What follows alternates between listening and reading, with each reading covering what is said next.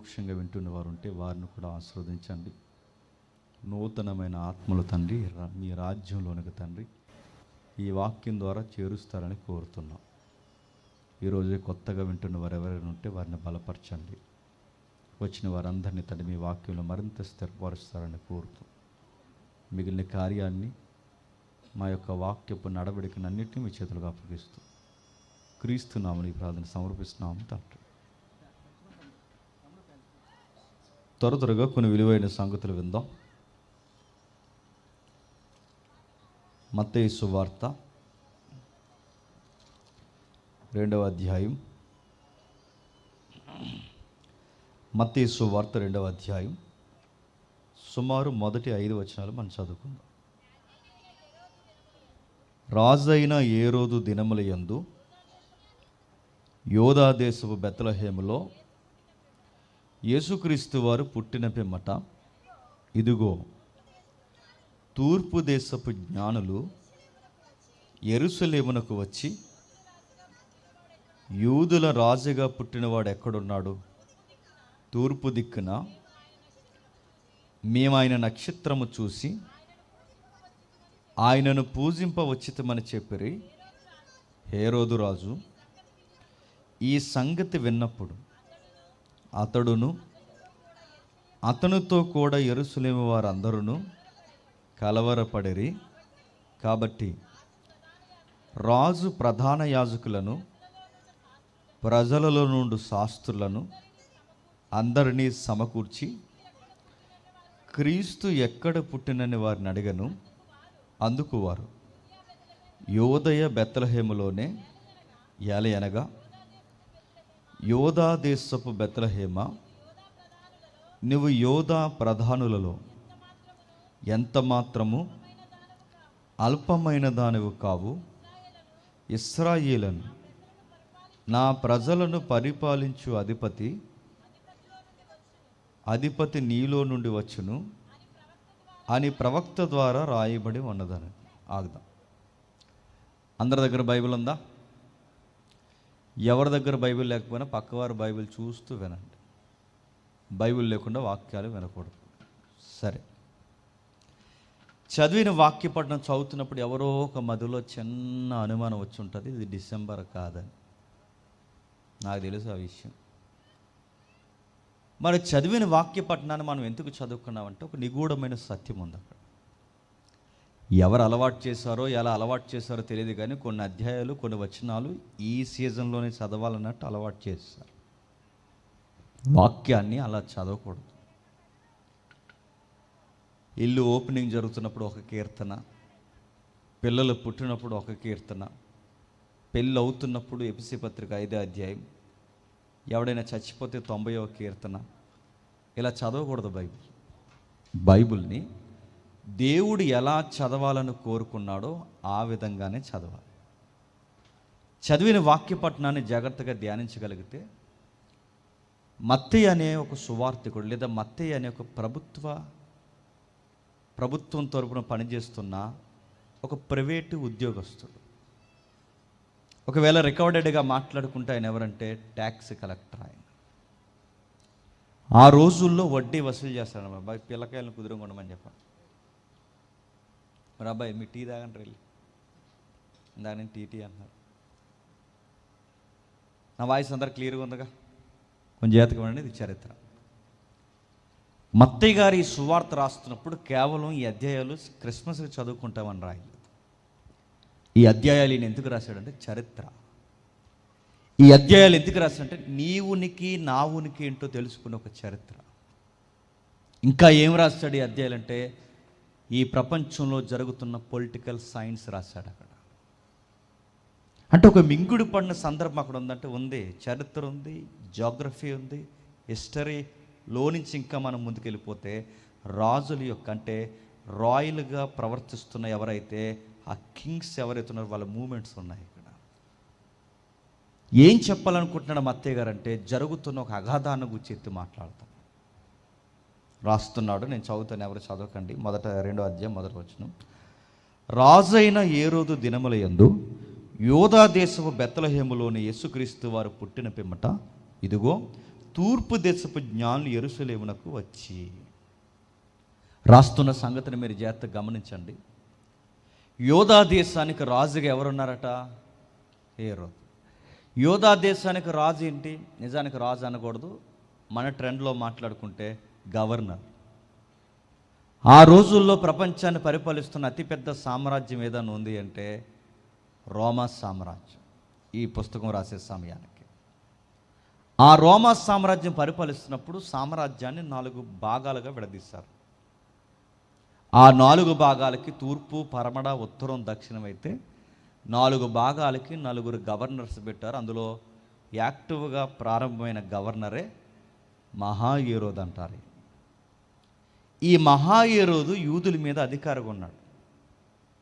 ఎందుకు యూదుల మీద అధికారిగా రోమా చక్రవర్తులు వీళ్ళని పెట్టారంటే నిజానికి పెద్దరాజు చక్రవర్తి, కైసరుగా ఉన్న ఆయన కింద ఈయన్ని ఎందుకు పెట్టాడంటే యూదులకి సాంప్రదాయాలు ఎక్కువ, యూదులకి నమ్మకాలు ఎక్కువ, యూదులకి రకరకాల కట్టుబాట్లు, అనేకమైన మత సంబంధమైన ఆజ్ఞలతో ముడిపడిన ప్రవర్తన ఎక్కువ. వాళ్ళ ప్రతిదానికి గొడవలు ఎక్కువ. ఎవడైనా విశ్రాంతి దినాన్ని పొలలేరుకున్నా కొట్టి చంపుతారు. యూదులకి, ఇశ్రాయేలుకి సబ్బాతు నాడు ఎవడైనా పని చేస్తే అది చాలా పెద్ద రగడైపోద్ది. ప్రతి గొడవని రోమా ప్రభుత్వంలో ఉన్న చక్రవర్తి దగ్గర తీసుకురాకుండా స్థానికంగా ప్రభుత్వం తరపున ఒక మనిషిని పెట్టారంటే కేంద్ర స్థాయిలో రోమ ప్రభుత్వం ఉంటే ఆ కేంద్ర స్థాయి తరపున ఉన్న గవర్నరే హేరోదు. ఆ హేరోదుని ఈ స్టేట్లో పెట్టారు కనుక ఏ గొడవ వచ్చినా ముందు ప్రధాన యాజకుల దగ్గరకు వస్తుంది. అదే సన్హెడ్రిన్ సభ అంటారు. ఆ సభ తర్వాత హేరోదు దగ్గరకు వస్తుంది. హేరోదు దగ్గర కూడా గొడవ తేలకపోతే పిలాతు దగ్గరికి వెళ్తుంది. పిలాతు దగ్గర కూడా గొడవ తేలకపోతే ఇక లాస్ట్ కైసర్ దగ్గరికి వెళ్తుంది. ఇంత చరిత్ర ఎందుకు మత్తయ్య గారు మనకు రాస్తున్నారంటే యూదులకి మత సాంప్రదాయ ప్రకారం అటు స్థానికంగాను అన్ని విధాలుగా సెటిల్మెంట్ చేయడానికి రాజుగా వ్యవహరిస్తున్న వ్యక్తే హేరోదు. ఈ హేరోదు అన్నవాడికి ఇంకా హిస్టరీ ఏమైనా ఉందంటే మనకి యోసేపు గారు అన్నయ్య తెలుసుగా. యోసేపు గారు క్షమించండి, యాకోబు గారు అన్నయ్య తెలుసుగా, యాసాబు. యాకోబు గారు అన్నయ్య యాసాబు అయితే ఆ యాసాబు కొడుకులు పుడితే ఆ కొడుకులు ఎదోమీలు అయితే ఆ ఎదోమీల నుంచి వచ్చిన వాళ్ళే హేరోది. అందులో ఒకడు ఇంక ఈ పనికిమాలినాడు. ఎవరు? ఎందుకు పనికిమాలినాడు అంటే వీడికి జాలి కనికరం ఏముండదు. అధికారం కొరకు సొంత కొడుకుని చంపాడు, అధికారం కొరకు సొంత భార్యని చంపాడు, అధికారం కొరకు సొంత అల్లుళ్ళని చంపాడు, అధికారం కొరకు 2 ఏళ్ల లోపు ఉన్న పిల్లల్ని చంపాడు. అందుకు పనికిమాలినాడు. వీడికి జాలి కనికరం ఉండదు. అలాంటి వాళ్ళ దగ్గరికి వెళ్ళి తూర్పు దేశపు జ్ఞానులు వచ్చి అన్నారట, యూదుల రాజుగా పుట్టినవాడు ఎక్కడ? అసలు రాజు ఎవరండి అప్పటి వరకు? హేరోదు. ఇప్పుడు రాజు దగ్గరికి వచ్చి రాజు ఎక్కడని అడిగితే ఆడికి ఎలా ఉంటుంది? కలవరం వచ్చేసింది, కంగారు వచ్చేసింది. నేనే రాజు అనగా మరలా రాజు అని అడుగుతున్నారేంటి? అసలు రాజు అని మాట్లాడుతున్నారంటే ఏదో జరుగుతుంది అని వాడికి స్ట్రైక్ అయింది. స్ట్రైక్ అయితే ఆ స్క్రైబ్స్ ఎవరైతే ఉన్నారో వాళ్ళని పిలుచుకొచ్చి మీరు ఒకసారి టెక్స్ట్ తిరగేయండి, డాక్యుమెంట్స్ తిరగేయండి అంటే ఆ డాక్యుమెంట్స్లో ఒక డాక్యుమెంట్ దొరికింది. అది మేకా గారు రాసిన రికార్డెడ్ డాక్యుమెంట్. ఆ డాక్యుమెంట్లోంచి ఒక అధ్యాయం తిరిగేస్తే అందులో వచ్చిన ఇలా ఉంది, క్రీస్తు అనే ఆయన మానవుడిగా ఈ భూమి మీదకి రాబోతున్నాడు. ఆ భూమి మీదకి వచ్చిన ఆయన బెత్లెహేంలో జన్మిస్తాడు, ఆయన యూదుల రాజుగా ప్రకటింపబడతాడన్న ఆ వచనం ఎప్పుడైతే వాళ్ళకి స్ట్రైక్ అయిందో వాళ్ళందరూ కంగారు అయిపోయి, ఎప్పుడు చూస్తారు అబ్బాయి మీరు అనగానే పలానా టైంలో చూసాం, మీరు ఎప్పుడు వచ్చారు అనగానే పలానా టైంలో వచ్చాం. ఆ టైంని ఈ టైంని లెక్కేశారు. ఆ 2 లెక్కలు తేలిన తర్వాత వాళ్ళకి వచ్చిన సంవత్సరం ఎంత అంటే 2 సంవత్సరాలు. ఎంత? 2 సంవత్సరాలు. ఆ 2 సంవత్సరాల లెక్క వాళ్ళకి సరిగ్గా వచ్చింది కనుక వాళ్ళు సరిగ్గా 2 సంవత్సరాల లెక్క వచ్చిన తర్వాత 2 సంవత్సరాల పిల్లల్ని చంపేమన్నారు. అంటే వాడు 2 సంవత్సరాల పిల్లల్ని ఎందుకు చంపమన్నాడు? వాళ్ళ తూర్పు దేశాల నుంచి వచ్చేసరికి అక్కడి నుంచి ఇక్కడికి బయలుదేరి వచ్చేసరికి వాళ్ళకి పట్టిన సంవత్సరాలు ఎంత? 2 ఏళ్ళు. అంటే 2 ఏళ్ళు ప్రయాణం చేసి వీళ్ళు ఇక్కడికి వచ్చి అంత తీవ్రంగా ఎడార్లు, కొండలు, లేదా రకరకాల ప్రమాదాలు, ప్రకృతి వైపరీత్యాలు, వాతావరణంలో మార్పులు, కరువులో పరిస్థితులు దాటుకుంటూ, అంటే ఫుడ్కి, నీరుకి, ఇంకా ఏదైతే ఉందో అనేక విషయాలు దాటుకుంటూ వీళ్ళు యెరూషలేమును ఆనుకున్న యోదయ బెత్లెహేము ప్రాంతానికి వచ్చి, లేదా నజరేతు పరిసర ప్రాంతాల్లో తిరుగుతూ ఆ యెరూషలేములో ఉన్న ఆ క్యాపిటల్గా వ్యవహరిస్తున్న హేరోదు బంగ్లా దగ్గరికి పోయి రాజు ఎక్కడని అడిగారంటే, నేను అడుగుతున్నాను గుర్తుపెట్టుకోండి, ఇంత సీరియస్గా వీళ్ళు ట్రావెల్ చేసి వచ్చి వీళ్ళు అడుగుతున్న రాజు ఎక్కడని అడుగుతున్నారంటే ఏదో పెద్ద విషయమే వీళ్ళ గుండెల్లో ఉంది. మనం ఎంతసేపు ఎక్కడ తిరిగామంటే, అధ్యాయం చదువుతున్నప్పుడు క్రిస్మస్ మెసేజ్లో ఎంతసేపు ఎక్కడ తిరిగామంటే, మనం తిరుగుతున్న వచనాల పరంపర అని చెప్పిన వాళ్ళు ఎవరైతే ఉన్నారో తూర్పు దేశపు జ్ఞానులు ఇక్కడికి వచ్చారు. సుమారు 2 సంవత్సరాలు ప్రయాణం చేసి వచ్చింది దేనికంటే, బంగారం, చెప్పండి, సాంబ్రాణి, బోలం. అడుగుతున్నాను, 2 సంవత్సరాలు ప్రయాణం చేసి వచ్చి బంగారము, సాంబ్రాణి, బోలం తేవడానికి వచ్చారంటే ఏమైనా బాగుందా? అమెరికా నుంచి వచ్చాడండి, సాంబ్రాణి తెచ్చాడంటే ఏమైనా బాగుంటుందా? ఇటు అమెరికా నుంచి ఇంత సీరియస్గా 24 అవర్స్ జర్నీ చేసి పత్తిపాడు సాంబ్రాణి తెచ్చాడంటే ఏమైనా బాగుంటుందా? అమెరికా నుంచి వచ్చాడంటే ఏదో పెద్ద విషయం ఉండాలిగా. నడుతున్న సాంబ్రాణి ఇజ్రాయెల్ దేశంలో దొరకదా? సాంబ్రాణి నడుతున్నాను యోధా దేశంలో దొరకదా? నడుతున్న బంగారం ఇజ్రాయెల్ దేశంలో దొరకదా? బోలం ఇజ్రాయెల్ దేశంలో దొరకదా? ఇన్ని పరిస్థితులు మనం చూస్తూ ఉండగా మీకు అర్థం కావాల్సిన విషయం ఏంటంటే, ఇదిగో మనం చూస్తుండగా ఈ 3 పదార్థాల కోసం తూర్పు దేశం నుంచి వచ్చారంటే, ఎక్కడ తూర్పు? కొంతమంది ఏమన్నారు బబులోను, పర్షియన్స్ అన్నారు, మరికొంతమంది ఏమన్నారు కాదు, ఈ తూర్పు భూభాగం ఏమైతే ఉందో అంటే మన బంగాళాఖాతం పరిసర ప్రాంతాల వరకు, మొత్తం మీద ఇజ్రాయెల్ దేశానికి కొన్ని వందల కిలోమీటర్ల దూరం నుంచి వచ్చారు. ఇవి తూర్పు దేశాలు అంటారు. ఆ తూర్పు దేశాల నుంచి వచ్చి వీళ్ళకి కేవలం బంగారము, సాంబ్రాణి, బోలం తేవడానికి వచ్చారంటే బాలేదు. అంటే అంతకన్నా పెద్ద విషయం ఉంది. ఏముందంటే, రాజకీయాన్ని గూర్చి వాళ్ళకి రగడ స్టార్ట్ అయింది. ఆ రాజకీయ విషయంలో వాళ్ళకి రగడ స్టార్ట్ అయితే ఆ రాజకీయ విషయంలో వాళ్ళు నలిగిపోయి రాజు కొరకు ఎదుక్కుంటూ వచ్చారు. వాళ్ళు అడిగింది బంగారం తెచ్చామని అడగలేదు, వాళ్ళు సాంబ్రాన్ని తెచ్చామని అడగలేదు, వాళ్ళు బోలం తెచ్చామని అడగలేదు. వాళ్ళు తెచ్చింది ఇవ్వడానికి, ఇదిగో మా గిఫ్ట్స్ అని చెప్పడానికి రాలేదు. వాళ్ళు ఎందుకు వచ్చారంటే సూత్రం ఒకటే, రాజు ఎక్కడని అడగడానికి వచ్చారు. అంటే వీళ్ళ పాయింట్ ఏంటి? రాజు అనే ఒక పాయింట్ మీద కేంద్రీకరించి వచ్చారు. ఇంతకీ రాజు అనే గొడవ ఏంటి? ఈ రాజు గురించి 2 సంవత్సరాలు ప్రయాణం చేసి రావడం ఏంటి? ఈ తతంగం ఏంటి? ఈ కార్యక్రమం ఏంటి? ఇదంతా మనకు తెలియాలి అంటే మూలాలకు వెళ్ళాల్సిందే. నా మాటలు మీకు అర్థమవుతున్నాయిగా? ఏం జరిగింది అసలు? ఒక్కసారి ఆదికాండం రండి. ఆదికాండం 1 గంట తర్వాత ఇక్కడికి వద్దాం. ఆదికాండము మొదటి అధ్యాయం 26వ వచనం. ఆదికాండం మొదటి అధ్యాయం 26వ వచనం. దేవుడు మనస్వరూపమందు మన పోలిక చొప్పున నరులను చేయుదము, వారు, అలా చదవకూడదు బైబిల్, కట్ మొక్కలు అన్నట్టు నేను చదువుతాను చూడండి. దేవుడు మనస్వరూపమందు మన పోలిక చొప్పున నరులను చేయుదము, వారు సముద్రపు చేపలను, ఆకాశ పక్షులను, పశువులను, సమస్త భూమిని, భూమి మీద ప్రాకు ప్రతి జంతువుని ఏలుదురుగాకని పలికను. దేవుడు తన స్వరూపమందు నరుని సృజించిన గనక దేవుని స్వరూపమందు వాడిని సృజించను, స్త్రీని గాను పురుషుని గాను వారిని సృజించను. దేవుడు వారిని ఆశీర్వదించను. ఎట్లనగా, మీరు ఫలించి అభివృద్ధి పొంది విస్తరించి భూమిని నిండించి దాన్ని లోబడుచుకోండి. సముద్రపు చేపలను, ఆకాశ పక్షులను, భూమి మీద ప్రాకు ప్రతి జీవిని ఏలుడని దేవుడు వారితో చెప్పును. మీరు కామన్గా మనం చదువును వచ్చిన 26వ వచనం నుంచి సుమారు 28వ వచనం వరకు మీరు చూస్తే మనకి రిపీటెడ్గా కనబడుతున్న పదం ఏంటంటే ఏలాలి.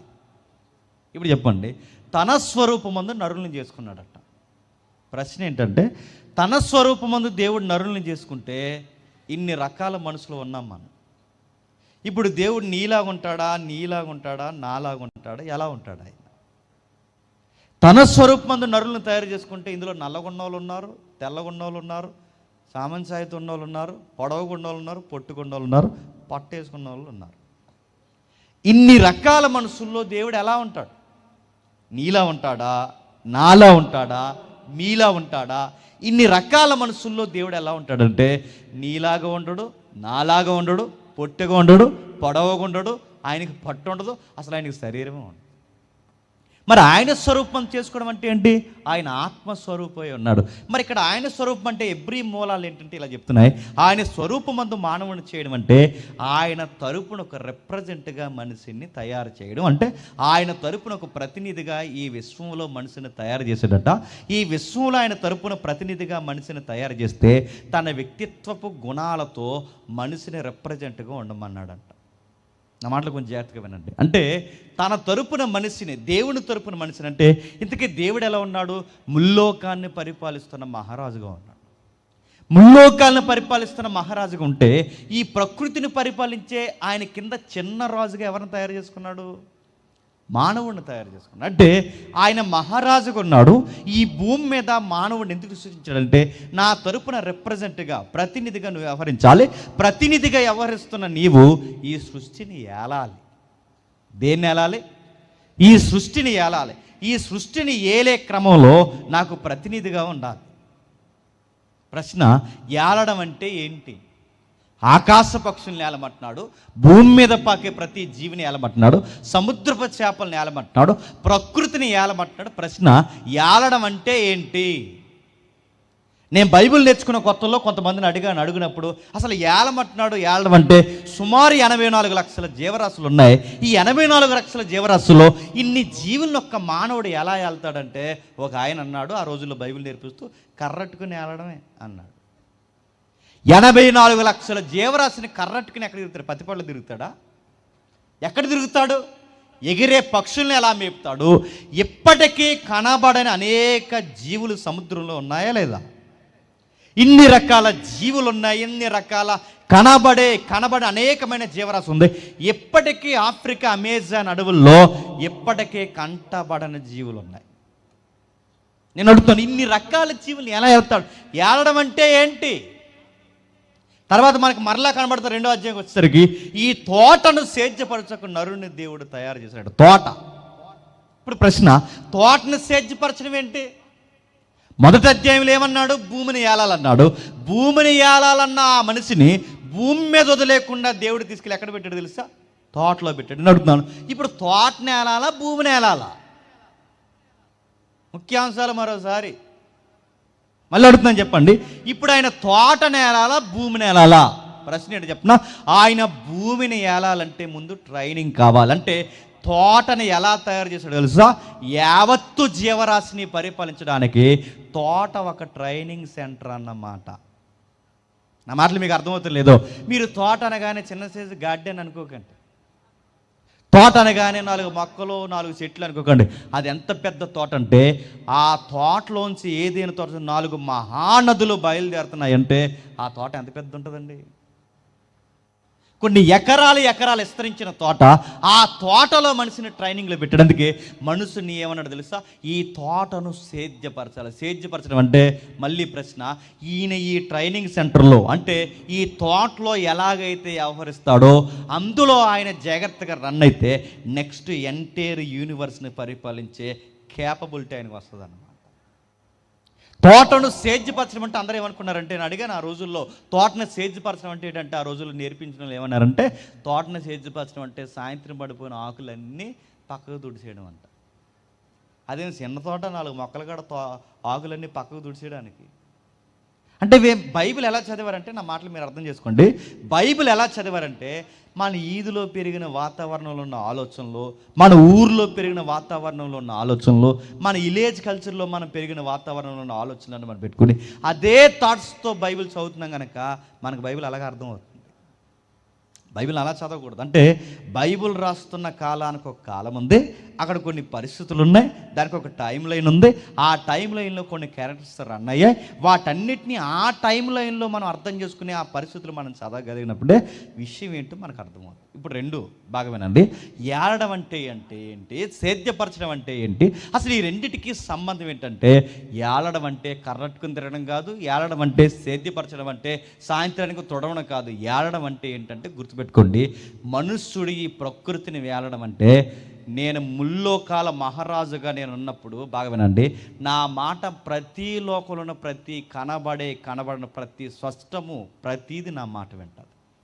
ప్రతీది నా మాట ఎలాగైతే వింటుందో నీ మాట ఈ ప్రకృతి వినాలంటే నువ్వు చెప్పండి, నా మాట వినాలి. అంటే నా మాట ఈ ముల్లోకాలు వింటాయి, నువ్వు నా మాట వినాలి. నా మాట నువ్వు వింటే ఈ ప్రకృతి అంతా నీ మాట వింటా. అది ఏళ్ళం అంట. అందుకు చూడండి, ఆదాము తప్పు చేశాడు అనుకోండి, పనిష్మెంట్ ఎక్కడ తెలుసా? నేలకి. ఆదాము కష్టపడాల్సిన అవసరం లేదు, పండించాల్సిన అవసరం లేదు, రేపొద్దున ఏం వండుకోవాలన్న భయం లేదు. అంటే ఆదాము దేవుళ్ళు ఉన్నంతకాలం పంట గొడవ లేదు, తిండి గొడవ లేదు, ఆరోగ్యం గొడవ లేదు. ఆయన జీవితం ఎలా కొనసాగిందంటే మీరు జాగ్రత్తగా చూడండి, ఆయన జీవితం రేపు పొద్దున ఏంటి పరిస్థితి అన్న కంగారు లేదు, అసలు అనారోగ్య సమస్యలు లేవు, రేపు చచ్చిపోతామన్న భయం లేదు. అంటే ఆదాము దేవుని మాట విన్నంతకాలం ప్రకృతి ఎవరి మాట వింటుంది అన్నమాట? ఆదాము మాట వింటుంది. అంటే ఈ ప్రకృతికి ఆదాము యొక్క నడవడికి, ఈ ప్రకృతికి మానవుని యొక్క ప్రవర్తనకి సంబంధం ఉంది. ఆదాముని దేవుడు ఎలా తయారు చేశాడు? నువ్వు రాజువి, నువ్వు ఒక్కసారి కనుసాగి చేస్తే పక్షులైనా నీ మాట వినాలి, ఒక్కసారి నువ్వు కనుసాగి చేస్తే ఈ జంతువులైనా నీ మాట వినాలి, ఒక్కసారి కనుసాగి చేస్తే ఈ యావత్తు జీవరాశి నీ మాట వినాలి. నువ్వు రాజువి, ఏలాలి. నువ్వు నా తరపు ఉంటే ఈ భూమి మీద ఉన్న ప్రతి జీవి, పంట, భూమి అంతా నీ మాట వింటుంది. నువ్వు రాజు అని దేవుడు చెప్తే, దేవుని మాట వినాల్సిన ఈ రాజు ఎవరి మాట విన్నాడు చెప్పండి? అలా ఆవిడ మాట విన్నాడు. దేవుడు మాట వినాల్సిన ఈ మనుషుడు అలా ఆవిడ మాట అంటే ఆవిడేం చెప్పింది? ఎవండికి వృక్ష ఫలాలు తినడానికి కానీ అన్నం వెంటనే అడిగితే బాగుండు. ఏ అమ్మాయి, దేవుడు తినొద్దు అన్నాడు, ఆ దరిదాపుల్లోకే మనం వెళ్ళకూడదు, ఆ వృక్ష ఫలంలో మనల్ని తినమంటావేంటి, ఇది తప్పు కదని అడిగితే బాగుండు. అడగలేదు ఈయన అడగడం. ఎందుకంటే ఆవిడని చూస్తేనే పాటలు వచ్చేస్తాయి ఈయనకి. నా ఎముకలో ఎముక చెప్పండి, నా మాంసంలో మాంసం. కొన్ని బాగా వినండి, ప్రేమించండి భార్యని, కానీ కొన్నిసార్లు దేవునికి విరుద్ధమైన నిర్ణయాలు, కార్యాలు చేసినప్పుడు అడగండి. మాట వినకపోతే జర జాగ్రత్త అని చెప్పండి. మీరు చెప్పరు, మీరేం చేస్తారు చెప్పండి? పాట పెడతారు. తినేనా? నువ్వు తినేమంటే పల్లెటి చెట్టు కూడా తినేస్తా అన్నాడు. ఎలా తినేస్తున్నాడు? అది దేవునికి వ్యతిరేకమైన పని చేస్తున్నప్పుడు, అది దేవునికి వ్యతిరేకమైన చర్య అయినప్పుడు, అది దేవుని ఆజ్ఞని నిష్క్రమించే ఒక కార్యమైనప్పుడు అడగాలగా. తన రాజరికాన్ని కాపాడుకోకుండా ఆదాం పడగొట్టాడు.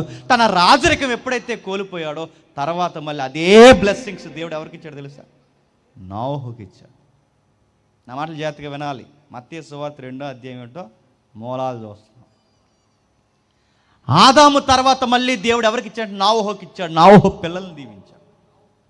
ఎప్పుడైతే నోవహును దీవించదుగో, ఎంటైర్ ఏదైతే ఉందో ఈ ఎంటైర్ యూనివర్స్ నీ ద్వారా మళ్ళీ సెకండ్ జనరేషన్ నేను ఫామ్ చేయాలనుకుంటున్నాను, 2వ తరాన్ని నేను పుట్టించాలనుకుంటున్నాను, నీ ద్వారా ఈ ప్రకృతిని ఆశీర్వదిస్తాను. ఇదిగో నీకు కూర మొక్కలే కాదు, జీవజాతులను కూడా నీకు ఆహారం ఇస్తున్నాను, నువ్వు ఏలాలి నోవహు, నువ్వు నీ కుటుంబం. అంటే ఏలారా?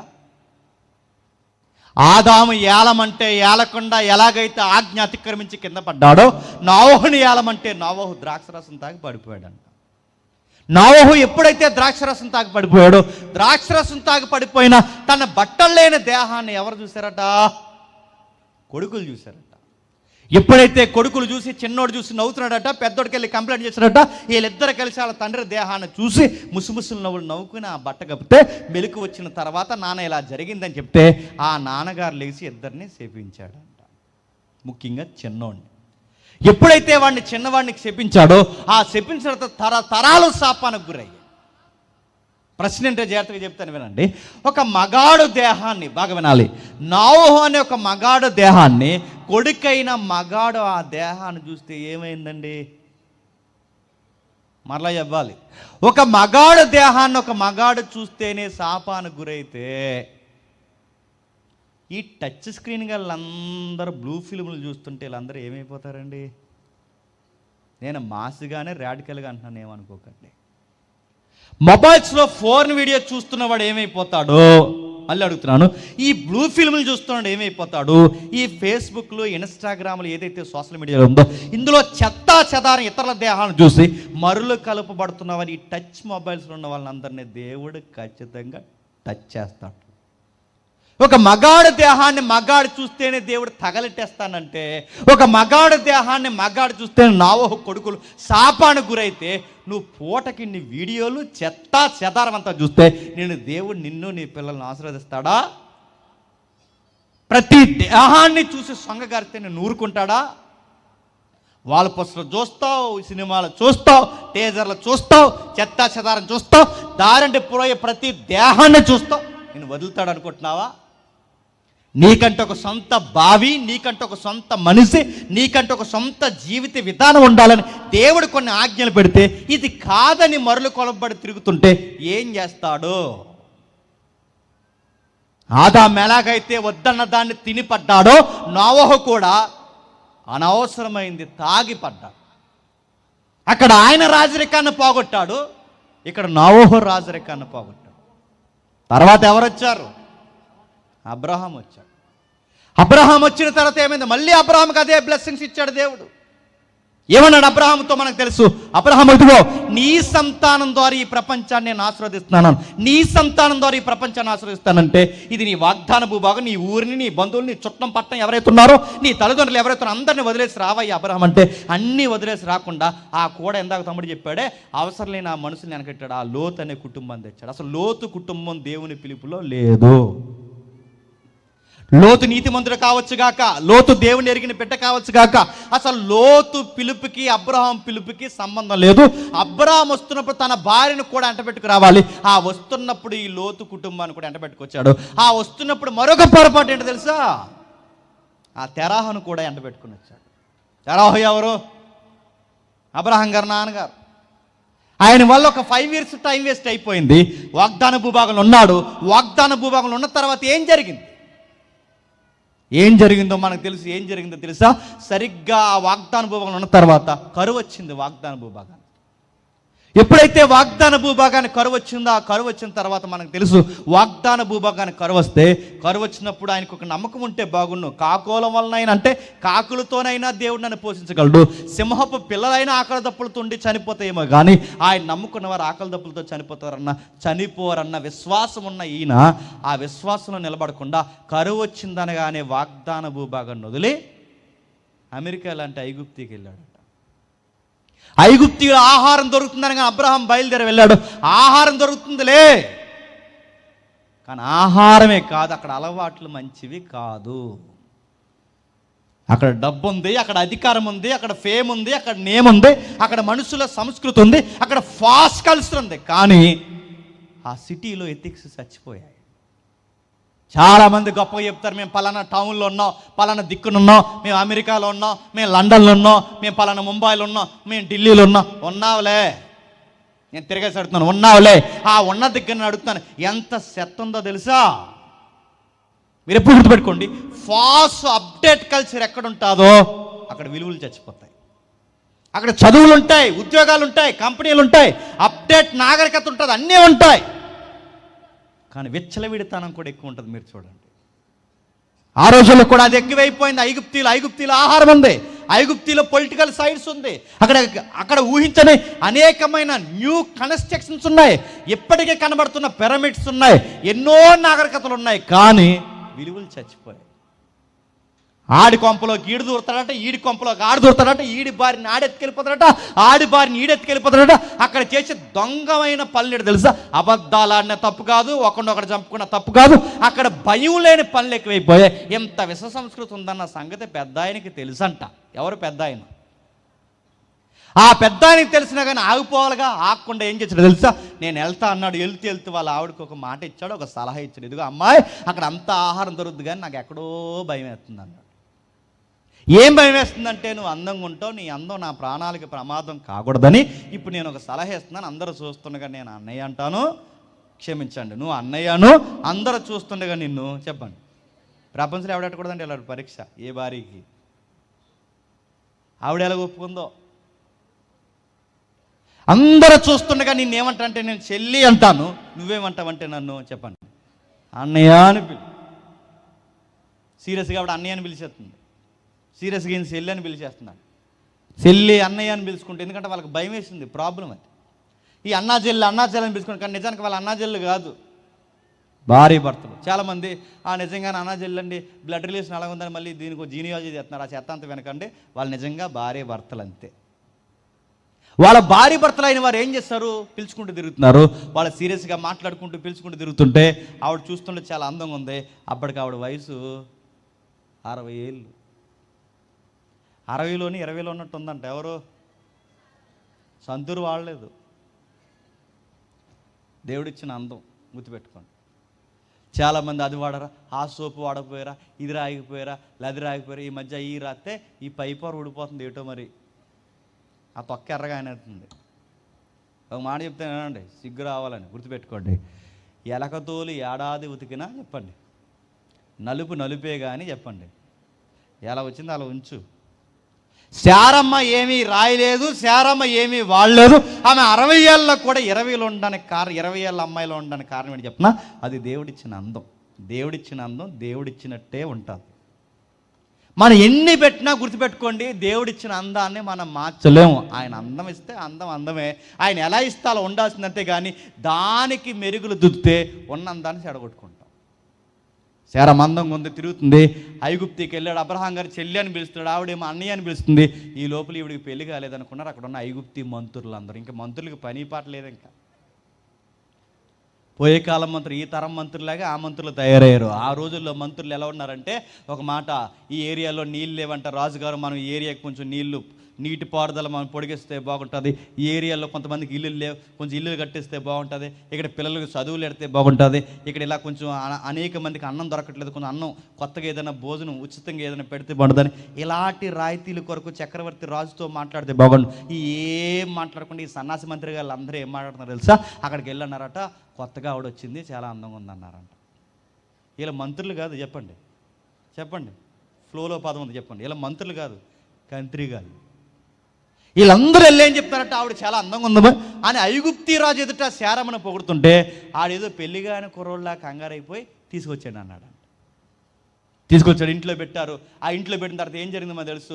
ఆ రాత్రి దేవుడి దిగారు, అబ్బాయి నీ మెడకాయ మీద తలకాయ తీసి పెడతాడు. ఆవిడ ఏమనుకున్నావు, ఆవిడ ఏమనుకుంటున్నావు, నువ్వేదో పెద్ద కన్నిపిల్లలాగా నువ్వు మురిసిపోయి, నువ్వేదో పెళ్లిగాని కుర్రోళ్ళలాగా నువ్వు మురిసిపోయి ఇలాంటి పిచ్చి పనులు చేసావంటే నరికి పడతాను ఏమనుకున్నావు. తెల్లారిసరికి పంపించా అన్నాడు. డీటెయిల్గా ఎంత మాసి వార్నింగ్ అక్కడ ఉండదు కానీ, తెగుళ్ళ చేత ఎప్పుడైతే బాధ పెట్టాడో ఆడి కంగారు అయిపోయి తెల్లారేసరికి అబ్రహాం గారితో అన్నాడు, ఇదిగో ఏంటి వ్యవహారం అంతా, నీ భార్య అంట చెల్లి అంటున్నావు, నువ్వేమో బావగారు అనుకుని నీకు చాలా గిఫ్ట్లు ఇచ్చేసాను నేను, గాడిదలు మగగాడిదలు స్త్రీ ఎన్నో రకరకాల పనిగత్తులు అనేకమైన నీకు ఎన్నో గిఫ్ట్లు ఇచ్చాను, సావుకోరు సలగా చెప్పినట్టు మీ చెల్లి అని చెప్తున్నావు నాయన, ఆవిడ మీ ఆవిడంట కదా, అర్జెంట్గా ఇక్కడి నుంచి వెళ్ళిపో అన్నాడు. అక్కడ బాగా వినండి, అబ్రహాము తీసుకున్న తన నిర్ణయం, అబ్రహాము కరువులో తీసుకున్న నిర్ణయానికి తన కొడుకుల భవిష్యత్తుకి తెచ్చిపెట్టిన తంట ఏంటో తెలుసా, ఇశ్రాయేలు 430 సంవత్సరాలు బానిసలు అవుతారని ఒక ప్రవచనం కూడా పెట్టుకుని వచ్చాడు. నీ పిల్లలు ఇదే దేశంలో 430 సంవత్సరాలు బానిసలు అవుతారు. ఇదిగో కూడా తెచ్చుకున్న ఆవిడ ఎవరైతుందో చరిత్ర చెప్తుంది, నీ సంసారానికి చదరంగం అయిపోయింది. సవితిపోరి శారమ్మకి ఎక్కువైంది. ఆ సంసారంలో గొడవలు అక్కడితో ఉన్నాయా, ఆ సంసారం గొడవలు సమాజానికి సీడపీడ అయిపోయి ఇప్పటికి. డీటెయిల్గా అడగండి, లైవ్ ఎత్తున్నారు. ఆ వచ్చిన ఆవిడ ఎవరుందో ఆ ఆగరకు పుట్టినాడు కుదురులేనాడు పుట్టాడు, ఆ కుదురులేనాడు 12 మంది పుట్టారు, ఆ 12 మందికి ఇంకో 12 మంది పుట్టారు. ఇప్పుడు 24 మంది రాజులై కూర్చున్నారు. ప్రపంచానికి ఒక అనుభవం తయారు చేసి రెడీగా ఎవడ మీద వేద్దామని రెడీగా ఉన్నారు. ఆవిడ సంసారం గొడవ చెప్పండి సమాజానికి ఒక తలపోటు అయ్యింది. మీకేం అర్థమవుతుంది, ఆదాము నువ్వు రాజుగా ఉండవయ్యా అంటే రాజులో ఉండలేక తిని పడ్డాడు, నోవహుని రాజుగా పెడితే తాగి పడ్డాడు, అబ్రాహాముని రాజరికంగా ఉండి నీ ద్వారా ఈ ప్రపంచాన్ని ఆశ్రయిస్తానంటే ఐగుప్తికి వెళ్ళి తన కొడుకులు భవిష్యత్తుని బానిస బతుకులు అవుతున్న ప్రవచనం తెచ్చి తాను కూడా దేవుణ్ణి ఆయాస పెట్టే కారకుడయ్యాడు. తర్వాత ఏమయ్యాడు, బానిసలైన ఇశ్రాయేలుకి దేవుడు ఒక నాయకుడు పుట్టించాడు. ఆ నాయకుడి పేరు మోసే. మోసే వచ్చి ఏం చేశాడు మనం తెలుసు, జాగ్రత్తగా వినాలి, నేను ఎందుకు చెప్తున్నాను ఈ చరిత్ర.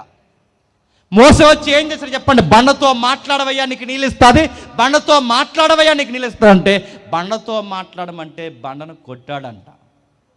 మోసే ఇలా రా, ఆ కొండ ఎక్కాడు, లాంగ్ సైడ్లో ఒకసారి చూశాడు, ఏం కనబడుతుంది, వాగ్దాన భూభాగం, బాగుందా అన్నాడు. బాగుంది ప్రభువా, నువ్వు వెళ్ళవు అన్నాడు. ఏ ప్రభువాని మోసే అడగలేకపోయాడు. ఎందుకు వెళ్ళడంటే మనకు చరిత్ర చదివితే మనకు అర్థమవుద్ది.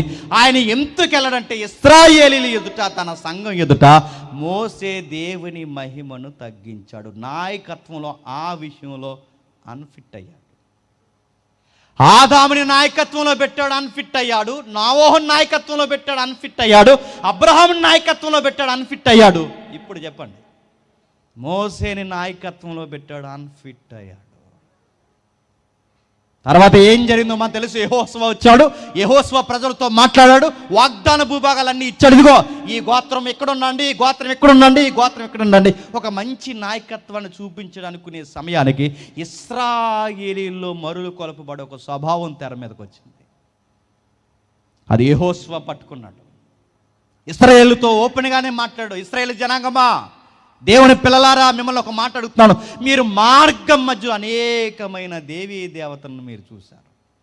ఈ 40 ఏళ్ల ప్రయాణంలో మీ పితరులు, మన పితరులు, మీరు, నేను అనేకమైన దైవాలను చూశారు, విలవేల్పులను చూశారు, కుల దైవాలను చూశారు, ఎన్నో వాటిని చూస్తారు. ఇప్పుడు కానాను దేవతలను చూస్తున్నారు, మోయాబీ దేవతలను చూస్తున్నారు, అమోనీల దేవతలను చూస్తున్నారు, సిరియా దేవతలను చూస్తున్నారు, కామాతు దేవతలను చూస్తున్నారు, దక్షిణ భూభాగంలో ఉన్న బేర్సబాలు ఉన్న దేవతలను కూడా మీరు చూస్తున్నారు. ఇన్ని దేవతలను చూసిన తర్వాత మీ మైండ్ సెట్ నాకు అర్థమవుతుంది. యెహోవాకి ఒక ఆకారం చేయాలనుకుంటున్నారు కదా. ఎందుకంటే మన పితరులు అలాగే చేశారు. ఐగుప్తీలో బొమ్మలు చూసి చూసి చూసి చూసి ఐగుప్తీలు అనేక ఆకారాలను మొక్కి మొక్కి మొక్కి వీళ్ళు బయటకు వచ్చిన తర్వాత ఒక దూడను తయారు చేశారు. దూడను తయారు చేశారు ఏంట్రా అని అడిగితే, అది దూడంటే దూడ కాదు, ఆ దూడకు ఒక పేరు ఉందన్నారు. ఆ దూడకు పెట్టిన పేరు ఏంటో తెలుసా? యెహోవా.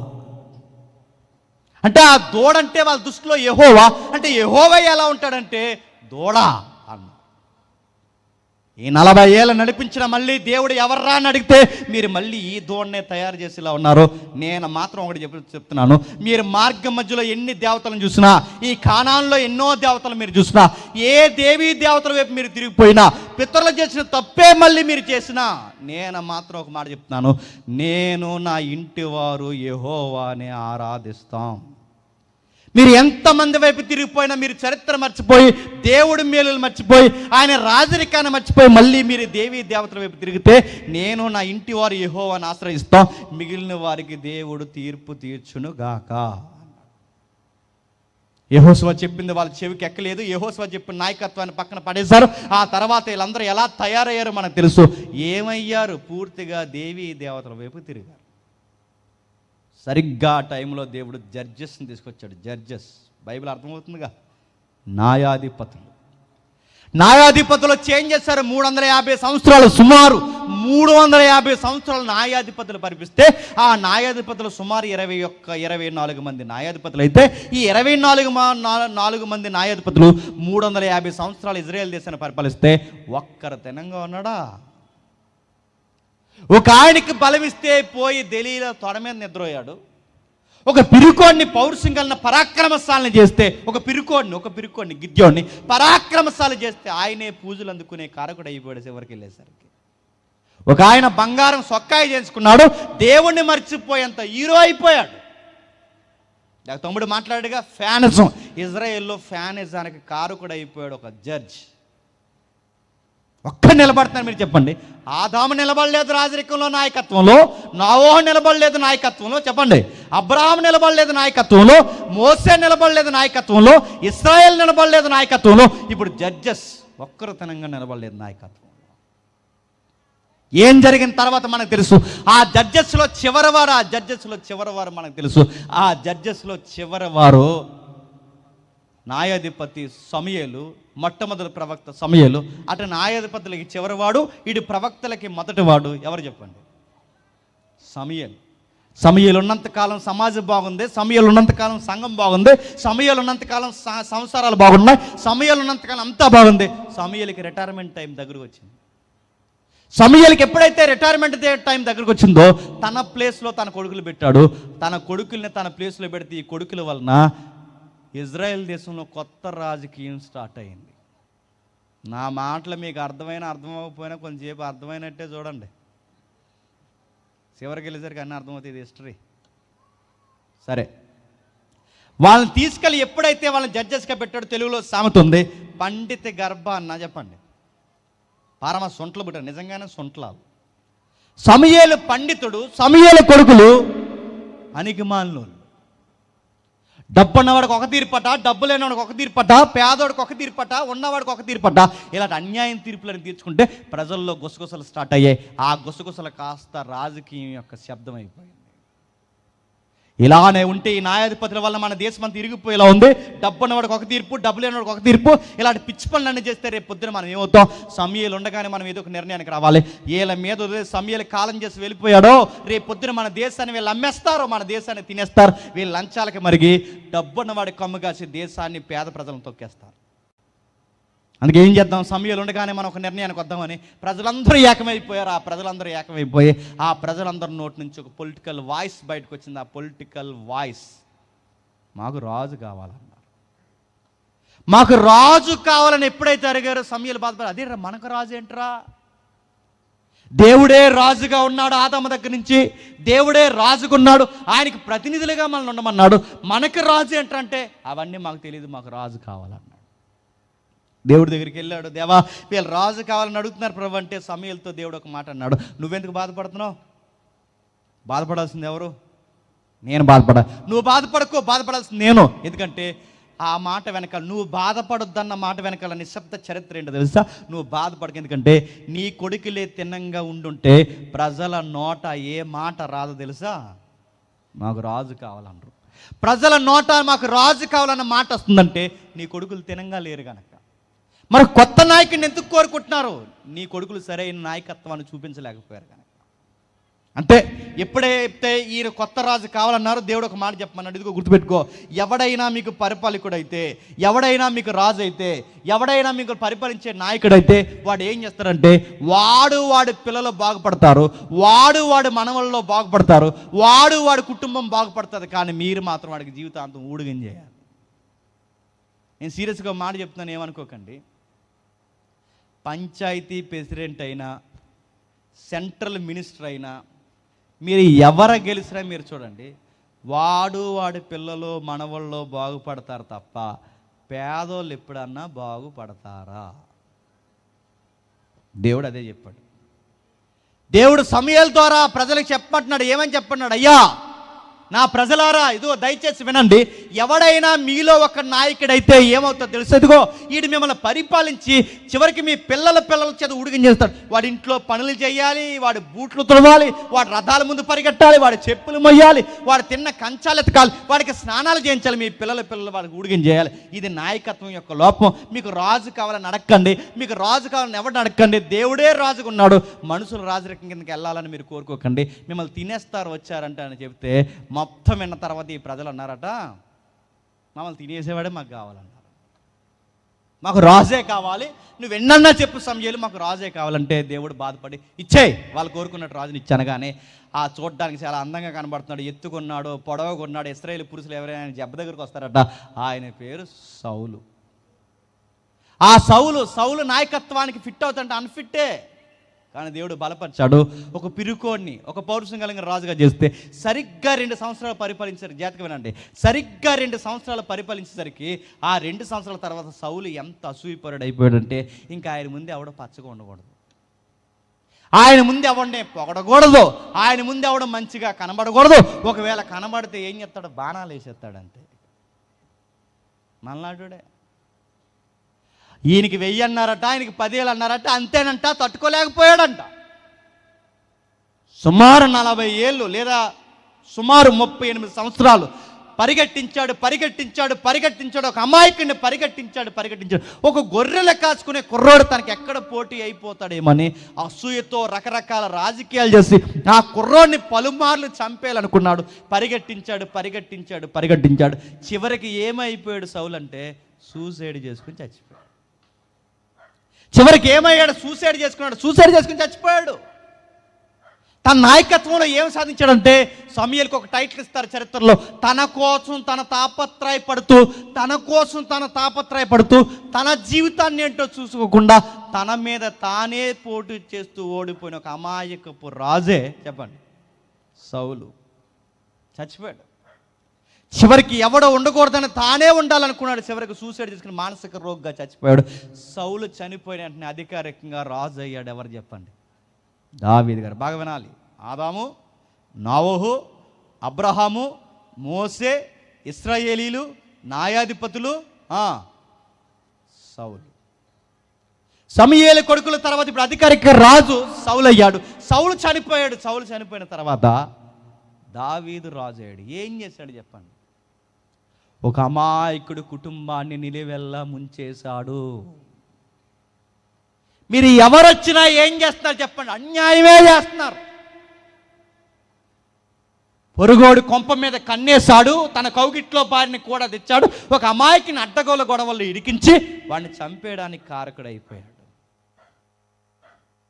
జరిగే నేరం ఎవరికి తెలియదు అనుకున్నాడు. జడ్జాగా రాజు వస్త్రాలు వేసుకున్నాడు, సింహాసనం మీద కూర్చున్నాడు. ఆ కూర్చుని ఎప్పుడులాగే పరిపాలిస్తున్నాడు. ఒక సింపతి కూడా కొట్టేశాడు. ఆ సింపతి రాజకీయం స్టార్ట్ చేశాడు. దేవుడు ప్రవక్తను పంపాడు. ఆ ప్రవక్త పేరు నాతాన్. నాతాన్ వచ్చి ఒక మాట్లాడాడు, అయ్యా మన రాజ్యంలో చాలా అన్యాయం జరుగుతుంది. రాజా మన రాజ్యంలో చాలా అన్యాయం జరుగుతుంది. ఏం అన్యాయం జరుగుతుందంటే, మన రాజ్యంలో జరిగిన అన్యాయాన్ని ఒక చిన్న పిట్టకథలా చెప్తాను, దయచేసి వినండి అన్నాడు నాతాను ప్రవక్త. చెప్పమన్నారు. మన ఏరియాలో ఒక బలిసినోడు ఉన్నాడండి. మన ఏరియాలో ఒక బలిసినోడు ఉంటే ఒక అమాయకుడు గొర్రెను కూతురులా పెంచుకుని ఉంటే అమాయకుడిని చంపి ఆ అమాయకుడు గొర్రె పిల్లలు తెచ్చుకుని వీడికి ఆకలేసిందని కోసుకుని తినేసాడండి ఈ బలిసినోడు అన్నాడు. వాడికి చాలా గొర్రెల మందలు ఉన్నాయి. ఆ గొర్రెల మందలో ఒక్క గొర్రెను కూడా తినకుండా గారాబంగా కూతురులా పెంచుకుంటున్న ఆ గొర్రె మీద కన్నేసి ఆ గొర్రెని లాగేశాడు. ఆ గొర్రెల కాపరికి ఆ చావడానికి కారకుడై. వెంటనే దావీదు సింహాసనం నుంచి ఇలా లేచి ఫోర్స్గా అన్నాడు, ఎవడాడు మన ఆస్థానంలో ఎలాంటి పనికి మాలిన పని చేసి అమాయకుని చంపి ఎలాంటి వైలెన్స్ క్రియేట్ చేసినాడు, ఎవడాడు అనగానే నాతాను ఏమాత్రం మొహమాటం లేని పాస్టర్ కనుక నిలబడి ఒక మాట అన్నాడు, ఆడెవడో కదా బలిసినోడు నువ్వే అన్నాడు. ఆ బలిసినోడు నువ్వే. ఆ అమాయకుడు ఎవరో తెలుసా? ఉరియా. ఆ గొర్రెపిల్ల ఎవరో తెలుసా? బత్షెబ. ఆ తినేసిన బలిసినోడు ఎవరో తెలుసా? నువ్వే. నేననగానే నువ్వే. ఎవరికి తెలియదు అనుకున్నావు, చంపేశాను అనుకున్నావు, తెచ్చుకున్నావు, ఇంట్లో పెట్టుకున్నావు. ఇప్పుడు అందరికీ తెలిసింది. తెలిసేలాగా దేవుడిని ముఖం మీద ఏలిట్టి నాతో మాట్లాడిస్తున్నాడు, నువ్వే. ఎప్పుడైతే మాట్లాడాడో అవాక్ అయిపోయాడు. దావీదులో ఉన్న గొప్పతనం ఏంటంటే, తప్పుగా చెప్పినప్పుడు ఒప్పుకున్నాడు, పశ్చాత్తాపడిపోయాడు, బాధపడిపోయాడు. మిగిలిన జీవితకాలం అడవులు పాలైపోయాడు. ఒట్టి కాళ్ళతో రోడ్ల మీద నడిచాడు, ఒట్టి కాళ్ళు అడవుల్లో నడిచాడు. పరుపులు తేలిపోయి అంత ఏడ్చి తప్పైపోయింది ప్రభువని తన రాజరికంలో ఉన్న రాయల్టీని తగ్గించేసుకున్నాడు. మళ్ళీ అడుగుతుందని చెప్పండి.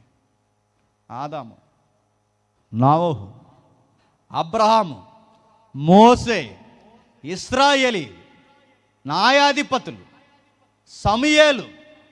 సమూయేలు కొడుకులు చేసిన పనికి సౌలు తర్వాత దావీదు తర్వాత ఇప్పుడు మళ్ళీ అధికారికమైన రాజు చెప్పండి సొలొమోను. ఏం చేశాడు? గొడవ లేదని 1000 మందిని చేసుకున్నాడండి. ఎంతమంది? అఫీషియల్ 700, అన్అఫీషియల్ చెప్పండి 300. ఒక ఆవిడే కుదరంగా ఉండకపోతే కొంప కొల్లేరైపోతుంది. మరి 1000 మంది. అందుకే ఆయన జ్ఞానం అన్నారంటే ఏమో కానీ నాకు తెలియదు, కానీ జ్ఞానే. 1000 మందిని పెళ్లి చేసుకున్నాడు. 1000 మందిని అంటే అధికారికంగా 700 మంది, అనధికారికంగా చెప్పండి. సొలొమోను మాటలు వినడానికట శాబాదేశపు రాణి అంటే ఆఫ్రికా నుంచి చీకటి కాడ నుంచి నయాగారా జలపాతాలు దాడుతూ, నైలు నది దాడుతూ, క్షమించండి, భయంకరమైన వయాసిస్ ఏదైతుందో ఆ భయంకరమైన వాటిని దాటుతూ, నీటి పుక్కలు దాటుతూ, ఎడార్లు దాటుతూ, ఆ భయంకరమైన అమెజాన్ అడవులు దాటుతూ, ఆఫ్రికా అడవులు దాటుతూ ఇంత ప్రయాణం చేసి వచ్చిన శాబాదేశపు రాణిని అడిగితే, ఇంత దూరం ప్రయాణం చేసి దేనికి వచ్చామంటే సొలొమోను మాటలు వినడానికి వచ్చానందంట. సొలొమోను మాటలు వినడానికి అధికారులు వచ్చారు, సొలొమోను మాటలు వినడానికి భూపతులు వచ్చారు, సొలొమోను మాటలు వినడానికి రాజులు వచ్చారు, సొలొమోను మాటలు వినడానికి అనేక రకాలైన మనుషులు వచ్చారు. శాబాదేశపు రాణిలు ఎలా అయితే గొప్ప గొప్ప రాణులు అందరూ వచ్చారు. సొలొమోను మాటలు వింటూ అన్నారట, మీ ఇంట్లో మేము పనులుగా ఉండిపోయినా బాగున్ను, మీకు అలా వంట చేస్తున్నప్పుడు 4 మాటలు చెప్తే ఆ 4 మాటలకి జీవితాంతం మీకు ఉడుగుని చేసుకుందాం అన్నారు. అంత జ్ఞానంలో వర్దెల్లాడు. నీ వెనకాల చెప్పులు మోసుకుంటూ తిరిగినా బాగున్నావు, నీ ఇంట్లో పని చేసుకుంటుంటే బాగుంది, ఎందుకంటే నువ్వు కదిలే జ్ఞానం. నువ్వు సొలొమోను ఆకాశం అంత ఎత్తుకెదిగాడు. తర్వాత ఏం జరిగింది తెలుసా? 1000 మందిని పెళ్లి చేసుకుంటే సొలొమోను మాటలు ప్రజలు వినడం తర్వాత విషయం, సొలొమోను మాటలు ప్రజలు వినడం తర్వాత విషయం. ఇప్పుడు సొలొమోనే ఎవరు మాట ఎట్టినాడో తెలుసా? భార్యల మాట ఎట్టినాడు. సొలొమోను మాటలు వినే రోజులు పోయాయి. చెప్పండి, సొలొమోనే ఆడోళ్ళ మాటలు వినే రోజులు వచ్చేసాయి. ఏమైంది? ఆ లేడీ చెప్పిన మాటలు వింటున్నాడట, ఆ ఆడవాళ్ళ మాటలు వింటున్నాడట. సొలొమోను మాటలు వినే రోజులు పోయాయి, భార్యల మాటలు చెప్పే మాటలు వినే రోజులు వచ్చాయి. చివరికి ఏమయ్యాడు? విగ్రహారాధకుడు అయిపోయాడు. నా మాటలు మీకు మళ్ళీ అర్థమవుతలేదో? సౌలు, దావీదు, చెప్పండి, సొలొమోను తర్వాత దేశం ఏమైంది? కుదురులేని కొడుకులు పుట్టారు. ఎప్పుడు గుర్తుపెట్టుకోండి, నాయకత్వం తినంగా ఇంట్లో లేకపోయినా కుదురులేని తోకలు మనకు పుడతాయన్నది ఎంత వాస్తవమో. తల్లి బూతులు మాట్లాడితే కూతుర్లు పద్యాలు మాట్లాడరు, వాళ్ళు బూతులే మాట్లాడతారన్నది ఎంత వాస్తవమో. తలకాయలు తైతక్కలేసాలేస్తే తోకలు అల్లాడెత్తాయి అన్నది ఎంత వాస్తవమో. సొలొమోను కుదురులేని పనులు చేస్తే సొలొమోనుకి కుదురులేని కొడుకులే పుట్టారు. అంతే కదండి. తెలుగులో సామెత, తల్లి సేను మేస్తే, చెప్పండి, మమ్మీ నేను గొట్టినే మేస్తాను అందో. చెప్పండి, నేను సేనే మేస్తా అంట. నువ్వు సేలో తెగ్గకూడదంటే నువ్వు దిగే అడక్కని చెప్తే అది ముందు గుర్తుపెట్టుకో. నీకు బాగా అర్థమవుతున్నాయి లేదో నా మాటలు. సొలొమోను ఎప్పుడైతే తన ఆత్మీయ జీవితంలో డిస్టర్బెన్స్ అయ్యాడో, తన కొడుకుల తర్వాత ఏమైనా చెప్పండి, డిస్టర్బెన్స్ అయ్యే క్యారెక్టర్ వచ్చింది వాళ్ళకి. ఇద్దరు పుట్టారు కొడుకులు, ఇద్దరు పుట్టారు కొడుకులు పుడితే మనవలు కొడుకులు పుడితే ఆ ఇద్దరు తెర మీదకి వచ్చారు. ఆ పుట్టిన వారిలో ఒకడు రెహబాము, ఒకడు యరాబాము. వీళ్ళిద్దరు కలిసి దేశాన్ని 2 ముక్కలు చేశారు. దేశాన్ని 2 ముక్కలు చేస్తే ఒకడు ఉత్తర భూభాగం అయింది, 2 దక్షిణ భూభాగం అయింది. వీళ్ళ ఉత్తర భూభాగాన్ని దక్షిణ భూభాగాన్ని నిడదీసి ఏం చేశారు చెప్పిన? పూర్తిగా దేశాన్ని విగ్రహారాధన దేశంగా మార్చేశారు. మీకు ఏమర్థమవుతుంది? ఒక్కడైనా రాజరికపు నాయకత్వాన్ని సరిగ్గా పరిపాలించండి అని ఆదాము దగ్గర నుంచి చెబితే ఒక్కరైనా తినంగా చేస్తున్నారా? జాగ్రత్తగా వినండి, 2వ అధ్యాయం దగ్గరికి వెళ్తున్నాం. ఒక్కరైనా తినంగా ఉంటున్నారు, ఒక్కరు లేరు తినంగా. ఒకరి తర్వాత ఒకరు.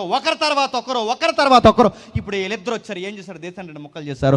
ఉత్తర భూభాగానికి రాజధాని సోమ్రోన్ అయ్యింది, దక్షిణ భూభాగానికి రాజధాని ఇజ్రాయేల్, దక్షిణ భూభాగానికి రాజధాని యెరూషలేము అయింది. యెరూషలేము రకరకాల తంతు కార్యక్రమాలు ప్రారంభమయ్యాయి.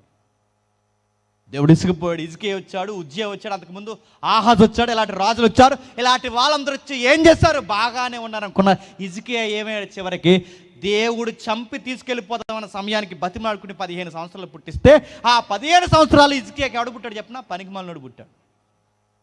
ఉజ్జియాని దేవుడు బలపరిస్తే చివరికి ఉజ్జియా ఏమాడు తెలుసా? దేవుని మందిరంలోకి వెళ్ళి దేవుడు ఆరాధన స్థలంలో నిలబడి యాజకులు ఇచ్చే పని నేను చేస్తానని చెప్పి నుదుటిన కుష్ఠరోగం తెచ్చుకున్నాడు. ఇలాంటి రాజులు పరిపాలించారు. దక్షిణ భూభాగానికి ఒక 20 మంది, ఉత్తర భూభాగానికి 21 మంది రాజులు, సుమారు 20, 21, 41 మంది రాజులు దేశాన్ని పరిపాలిస్తే, ఈ 41 మంది రాజులు దేశాన్ని దేనికి తయారు చేశారు చెప్పిన? పూర్తిగా దేవునికి దూరం చేసి విగ్రహారాధికులుగా మార్చేశారు. ఆ టైంలో దేవుడు ప్రవక్తలను పంపించాడు. ఆ టైంలో దేవుడు నీతిమంతులను పంపించాడు. ఆ నీతిమంతుల్లో ప్రవక్తల్లో రాజకీయాన్ని బాగా వడపోసిన ప్రవక్తే యెషయా. ఎవరు? ఏం జరుగుతుందో చూడండి ఒకసారి. యెషయా గ్రంథము 1వ అధ్యాయం 1వ వచనం. యెషయా గ్రంథం 1వ అధ్యాయం 1వ వచనం. త్వరగా ముగిద్దాం. ఉజ్జియా, యోతాము, ఆహాజు, హిజ్కియాను యోధా రాజుల దినములలో యోధాను గూర్చియు యెరూషలేమును గూర్చియు ఆమాజు కుమారుడగు యెషయాకు కలిగిన దినములు. ఇప్పుడు బాగా ఉండండి, పొలిటికల్ సైన్స్ ఎలా ఉందో చెప్తున్నారు చూడండి. ఉజ్జియా, యోతాము, ఆహాజు, హిజ్కియా యూదుల రాజుల దినములలో యోధాను గూర్చి యెరూషలేమును గూర్చి ఆహాజు కుమారుడైన ఆమాజు కుమారుడు యెషయా కలిగిన దర్శనము. దేవుడు మాట్లాడుతున్నాడు, ఏమని? యెహోవా మాట్లాడుచున్నాడు, ఆకాశం ఆలకించు, భూమి చెవియొగ్గు. నేను పిల్లలు ఇశ్రాయేలుని పెంచి గొప్పవారినిగా చేసి వారు నా మీద తిరగబడి ఉన్నారు. వారు ఎద్దు తన కామాందు నెరుగును, గాడిద సొంత వాణి దొడ్డు తెలుసుకోనును. దేవుడు ఏమంటాడు చూడండి, ఎద్దుకున్న ఇంకిత జ్ఞానం, గాడిదకున్న ఇంకిత జ్ఞానం ఎవరికి లేదు చెప్పండి?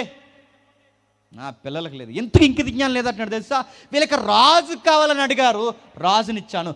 రాజు నిలబడలేదు. చెప్పండి, ఏలో నిలబడలేదు. అరే ఎప్పటికే నేనే రాజు, నా వైపు చూడండి అంటే, ఆకాశం నుంచి ఆహారం అంటే మన్నా కురిపించి నేను కనబడలేదు. నీళ్ళంటే బండను బద్దలు చేసి నదులంత విస్తారమైన నీళ్ళు ఇచ్చిన నేను కనబడలేదు. వాళ్ళ చెప్పులు అరగకుండా కాపాడిన నేను కనబడలేదు. వాళ్ళ బట్టలు మాయకుండా రాజులా చూసి నేను రాజుగా వీళ్ళకి కనబడలేదు. వీళ్ళని పోషిస్తున్నా ఎంతగా పోషిస్తున్నా నేను కనబడలేదు. అరే ఒక ఎద్దును పోషించిన ఎద్దుకి తన యజమాని ఎవడో తెలుస్తుంది, గాడిదకి తన యజమాని ఎవడో తెలుస్తుంది. ఎద్దుకి గాడిదకున్న ఇంకిత జ్ఞానం, బుద్ధి చెప్పండి, నా పిల్లలకు లేదని బాధపడ్డాడు. దాని అర్థం ఏంటి చెప్పనా? నేనే మీకు రాజుని. ఆహాజు వచ్చినా ఏమి ఎరగదీయుడు, హిజ్కియా వచ్చినా మీకేమి ఎరగదీయుడు, ఆమోజు కుమారుడైన ఇంకా ఎవరొచ్చినా, అంటే క్షమించండి, ఆహాజు ముందున్న ప్రవక్తలు ఎవరొచ్చినా క్షమించండి, ఆ రాజులు ఎవరొచ్చినా మీకు ఏమీ చేయరు. ఎవడొచ్చి మీకు మానవుడిగా నాయకుడిగా ఉన్నా వాడు ఎదుగుతాడు, వాడి పిల్లలు ఎదుగుతాడు, వాడి మనవాళ్ళు ఎదుగుతారేమో తప్ప మీరు ఎప్పుడు ఊడిగంజేస్తూనే ఉంటారు. దేవుడు చెబుతూ చెబుతూ చెబుతూ ఒక మాట అన్నాడు, ఎద్దుకున్న ఇంకిత జ్ఞానం, గాడిదకున్న ఇంకిత జ్ఞానం నా పిల్లలకు లేదు. ఇంకిత జ్ఞానం అంటే చెప్పనా? నేనే రాజునని తెలుసుకుండ్రా, ఎవడ మోసేతి నీళ్ళు తాకండ్రా అని చెప్పాడు. ఎవడ కిందకి వెళ్ళకండ్రా, ఎవడి నాయకత్వం కిందకి వెళ్ళకండి. ఒకవేళ మీరు ఎవడి నాయకత్వం కిందకి మీరు వెళ్ళినా, ముందు చేసినాడు ఈడు చేస్తాడు, ఈడు చేసినాడు వాడు చేస్తాడు, ఎవడ చేసినా చివరికి దేవుడు ఆయాస పెట్టే పనులే, దేవుడిని ఆయాస పట్టే పనులే చేస్తాడు. సరిగ్గా టైంలో దేవుడు ఒక వర్తమానం రాయిస్తున్నాడు, ఒక మెసేజ్ ఇస్తున్నాడు. బాగా వినండి. మత్తయి సువార్త 2వ అధ్యాయం దగ్గరికి వెళ్తున్నాం. ఒక్కసారి 7వ అధ్యాయం దగ్గర రండి. ఇదే యెషయా గ్రంథం 7వ అధ్యాయం మొదలు వచనం. ఇదే యెషయా గ్రంథం 7వ అధ్యాయం మొదలు వచనం.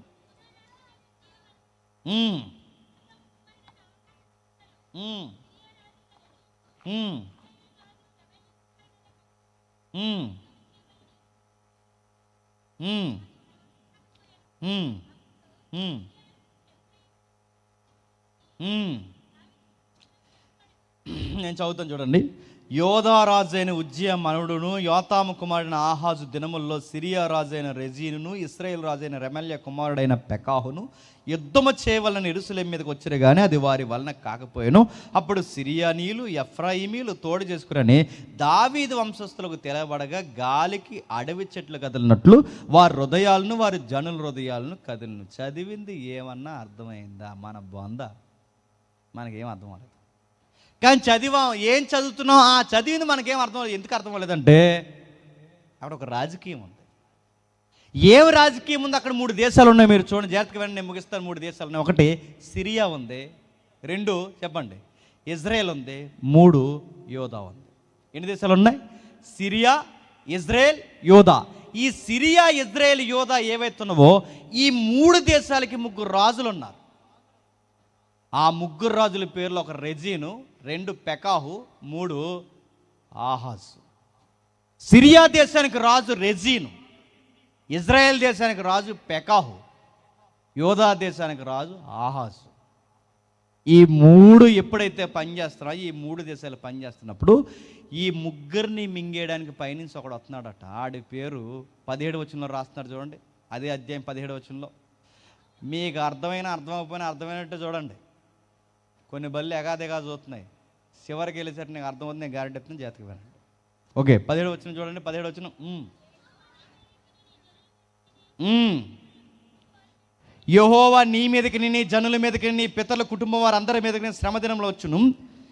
ఎఫ్రాయిము యోధా నుండి తొలగిన దినం మొదలుకొని నేటి వరకు రాని దినం ముందు దినములను రప్పించిన ఆయన అశ్షూరు రాజుని నీ మీదకి రప్పించినప్పుడు చెప్పండి, నీ మీదకి అశ్షూరు రాజు రప్పిస్తున్నట్టు ఇక్కడ జరుగుతున్న భయంకరమైన వాతావరణం ఏంటి చెప్పినా, ఇప్పుడు ఈ 3 దేశాలని మింగేయడానికి వస్తున్న వాడి పేరు అశ్షూరు.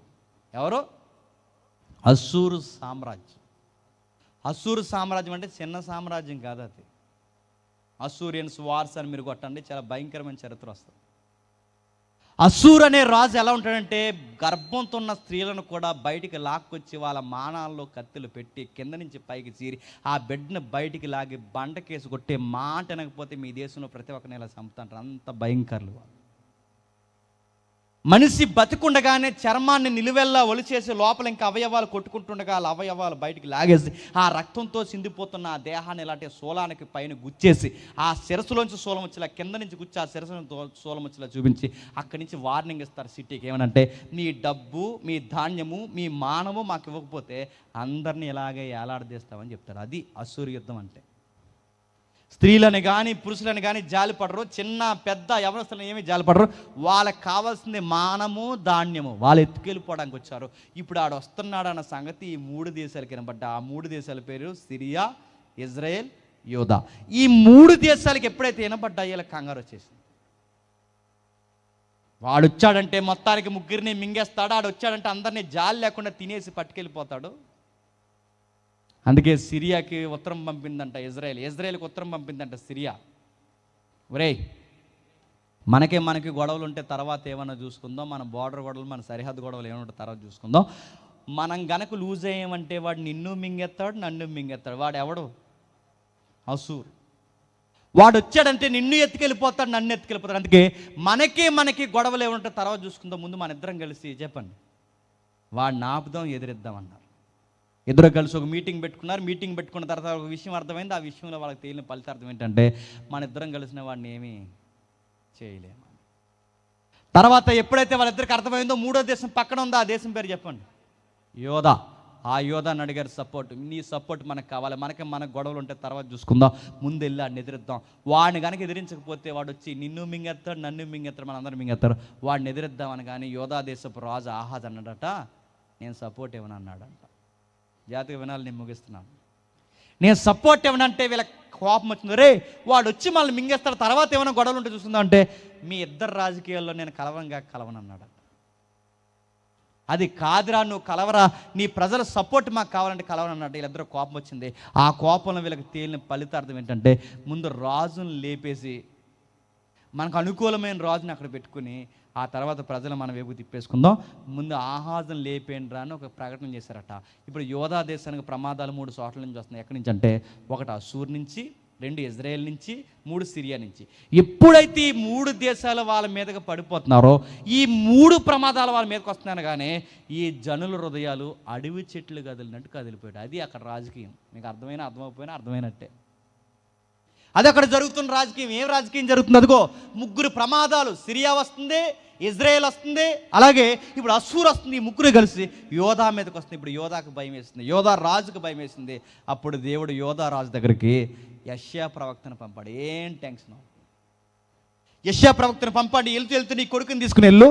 ఆ కొడుకుని తీసుకుని వెళ్ళినప్పుడు యెషయా ద్వారా చెప్తున్నాడు, రాజా నువ్వేం భయపడకు, నువ్వు కోనేటి కాలువల చుట్టూ తిరక్కు, నీకేమీ కాదు. నీకు దేవుడిచ్చిన మాట ఏంటంటే ఆయన సెలవు లేకుండా తల వెంట్రులకు కూడా రాలదు.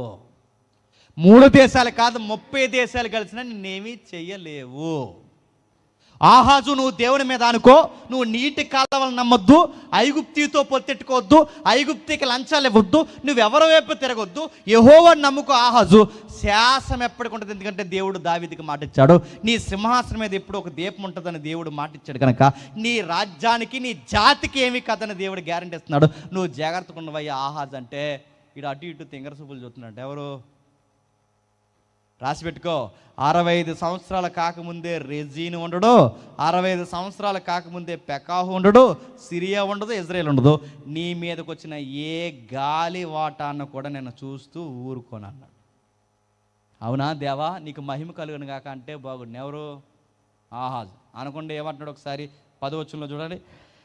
యెహోవా ఇంకొన ఆహాజుకి ఇలాగ సెలవిచ్చిన నీ దేవుడని యెహోవా వలన చూసిన అడుగు. దేనికి చూసిన? దేనికి? ఏదో గుర్తు అడుగు. ఏటి గుర్తు అంటే నీకేమీ కాదండా. నేను చెబుతున్న మాటల మీద నీకు నమ్మకం రావాలంటే నమ్మకానికి ఏదో ఒక గుర్తు అడుగు. ఆ గుర్తు పాతాళ లోకమంత లోతైనా సరే, ఊర్ధలోకం అంటే పరలోకమంత ఎత్తైన గుర్తైనా సరే, ఏదో ఒక గుర్తు అడుగు. దేవుడు నీకు గుర్తిస్తాడు. ఆ గుర్తు దేనికంటే నీకేమీ కాదనే అంత గుర్తు అడగంటే పెద్ద మనిషి ఏమన్నాడు చూడండి కిందకి. ఆహాజు, నేను అడగను, యెహోవాను శోధింపను. ఏమన్నాడట? నేను అడగను యెహోవాను శోధింపునంటే దాని అర్థం ఏంటి? పెద్ద భక్తిపరులాగా ఏమంటున్నాడు చూడండి. నేను అడగను దేవుడిని శోధింపునంటే దాని అర్థం ఏంటంటే భక్తిపరుడు అని కాదు. నేను అడగను యెహోవాని. దేన్ని అడగమన్నాడు? అరే నీకేమీ కాదురా, నీకు నేనే ధైర్యం రా, నీ రాజరికాన్ని కాపాడుతాను రా, నన్ను అడుగురా అంటే నేను అడగట్లేదు. ఎందుకు అడగనట్టు? మీ ఇంటికి వెళ్తారు, వృత్తాంతాల గ్రంథం చదవండి. ఎందుకు అడగనట్టున్నాడంటే అప్పటికి మనిషి ఐగుప్తితో పొత్తెట్టుకున్నాడు. ఎవరితో? ఐగుప్తీయులతో. ఐగుప్తి రాజుతో పొత్తు పెట్టుకుని, ఇదిగో అశ్షూరు సామ్రాజ్యం వస్తుంది, మా మీదకి వచ్చే సమయానికి మీ సపోర్ట్ మాకు కావాలని ఈ ఐగుప్తితో పొత్తు. బాగా వినండి, ఇజ్రాయెల్ దేశం ఏమో సిరియాతో పొత్తెట్టుకుంది, యోధా దేశం ఏమో చెప్పండి ఐగుప్తితో పొట్టెత్తుకుంది. ఐగుప్తితో పొత్తు పెట్టుకుని మందిరంలో ఉన్న అనేకమైన బంగారు పాత్రలు గిఫ్ట్కి ఇచ్చేస్తున్నాడు. ఎవరు? ఈడే. ఎవడు? ఇన్ని జరిగినా దేవుడు ప్రేమించి నీ సపోర్ట్ నాకు ఇస్తున్నాను జాగ్రత్తగా ఉండంటే, దేవుడు సపోర్ట్ ఈ మనిషికి నచ్చలేదు. కానీ చెప్పండి, నీటి కాలువలో ఐగుప్తి అధికారులకు నచ్చి అక్కడ ఉన్నప్పుడు యెషయా ప్రవక్త ఏమంటున్నాడు చూడండి, జాగ్రత్తగా వినండి. ఇక్కడ జాగ్రత్తగా వినండి, చదువు. అతడు ఇలాగు చెప్పెను, దావీదు వంశస్థులారా వినుడే, మీరు మనుషులను విసిగించుట చాలదనుకుని నా దేవుణ్ణి కూడా ఇసుకించుతురా? మీకు బుద్ధి లేదా? ప్రవక్తలు ఇసుకిస్తారు, నీతిమంతులు ఇసుకిస్తారు, మనుషులు ఇసుకిస్తారు. అరే దేవుడే వచ్చి మీకు సూచనిస్తానంటే దేవుణ్ణి కూడా ఇసుకిస్తారు. ఒక గుర్తు అడగండి అంటే యూదులు అడగరు, ఓ గుర్తు అడగండి అంటే ఈ ప్రజలు అడగరు. దేవుడు మీకు సపోర్ట్ ఇస్తాడో గుర్తు అడగండి అంటే ఈ ఆహాజ్ గాడు కూడా అడగడు. ఒకటి అడగండి అంటే దేవుడిని ఇన్నిసార్లు మీరు ఇసుకిస్తున్నారు. మీరు అడిగినా అడగకపోయినా దేవుడే ఒక నిర్ణయానికి వచ్చేసాడు. ఆ నిర్ణయం ఏంటంటే చెప్తున్నా చూడండి. కాబట్టి ప్రభు తానే ఒక సూచన మీకు చూపును, ఆలకించుడి. కన్యక గర్భవతి కుమారుని కని అతనికి ఇమ్మాన్యేలని పేరు పెట్టెను. గుర్తు మీరు వినినా వినకపోయినా దేవుడు గుర్తిస్తున్నాడు. ఏంటా గుర్తంటే, మీకు ఏమీ కాదు తన నమ్ముకున్న పిల్లలకి, తనని రాజుగా చూస్తున్న పిల్లలకి ఏమీ కాదన్న గుర్తు ఏంటంటే, పెళ్ళైన ప్రతి స్త్రీ తల్లవుద్ది, పెళ్ళైన ప్రతి స్త్రీ తల్లవుద్ది. కానీ పెళ్ళి కాకుండానే, పురుష స్పర్శ లేకుండానే, ఏ పురుషులతో సంబంధం లేకుండానే ఒక కన్నె పిల్ల గర్భవతి అవుద్ది.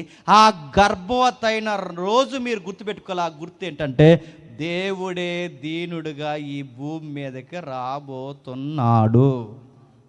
ఎందుకు రాబోతున్నాడు? వచ్చి ఏం చేయబోతున్నాడు అంటే, ఎందుకు రాబోతున్నాడు? ఆదాము చేయలేనిది, బాగా వినాలి, నోవహు చేయలేనిది, అబ్రాహాము చేయలేనిది, మోసే చూపించలేనిది, న్యాయాధిపతులు చేయలేనిది, రాజులు చేయలేనిది, వీళ్ళెవ్వరూ చేయలేనిది దేవుడే మానవ ఆకారంలో తోటి మానవుల దగ్గరికి రాబోతున్నాడు. వచ్చి ఏం చేస్తాడు? 9వ అధ్యాయం 6వ వచనం చూడండి, ముగిద్దాం. 9వ అధ్యాయం 6వ వచనం, అదే 9వ అధ్యాయం యెషయా గ్రంథం 6వ వచనం. ఏలయనగా మనకు శిశువు పుట్టెను, మనకి కుమారుడు అనుగ్రహింపబడును, ఆయన భుజముల మీద, ఆయన భుజముల మీద, ఒకటవసారి నడితే చెప్పండి, ఆయన భుజాల మీద ఏముంటుంది? రెండవసారి చెప్పండి, ఆయన భుజాల మీద ఏముంటుంది? మూడవసారి అడిగితే చెప్పండి, ఆయన భుజాల మీద ఏముంది? ఇప్పుడు చెప్తున్నాను వినండి, ఆయన భుజాల మీద ప్రపంచ రాజకీయం యొక్క రాజకీయం ఉంది. ఆదాము నెరవేర్చలేని రాజకీయాన్ని నెరవేర్చడానికి భుజాల మీద పెట్టుకుని పుట్టాడు. ఈ ప్రపంచంలో ఏ రాజు చేయలేని రాజకీయాన్ని నెరవేర్చడానికి చెప్పండి తన భుజాల మీద రాజకీయాన్ని పెట్టుకుని పుట్టాడు. అంటే ప్రభు అయిన యేసుక్రీస్తు వారు ఎందుకు పుట్టాడంటే, మనం చెప్తున్నాను, ఇల్లు లేని వారికి ఇల్లు, వాకిలి లేని వారికి వాకిలి, పిల్లలు లేని వారికి పిల్లలే, పిల్లి పాలు గేదె పాలు అని చెప్పడానికి అది గుర్తుపెట్టుకోండి. ఆవిడెవరో సాక్ష్యం చెప్తుంది. ఏమైనా సాక్ష్యం చెప్తుందంటే, గ్యాస్ అయిపోయిందంట, గ్యాస్ అయిపోయిందని పరిశుద్ధాత్ముడు చెప్తే వెంటనే గ్యాస్ వచ్చిందంట. నీ గ్యాస్ అయిపోతే గ్యాస్ సిలిండర్ చెప్పు, నీ గ్యాస్ అయిపోతే గ్యాస్ కొండలోడు చెప్పాలి, కానీ పరిశుద్ధాత్మ చెప్పడం ఏంటి? యేసు ప్రభు వారు ఎందుకు వచ్చారంటే, నడుతున్నాను, ఎలకలు ఎక్కువైపోతే 3 పిల్లిని పంపించడానికో, వింటున్నారు లేదా సాక్ష్యాలు? గ్యాస్ అయిపోతే గ్యాస్ తేవడానికి కాదు. యేసు ప్రభు వారు ఎందుకు వచ్చారు చెప్పిన, ఈ ప్రపంచానికి ప్రజలకున్న అతిపెద్ద లోటేంటో తెలుసా? ఈ నాయకుల వలన ప్రజలకి మంచి జరగదు.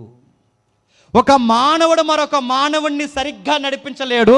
ఒక మానవుడు మరొక మానవుడికి మంచి చేయలేడు.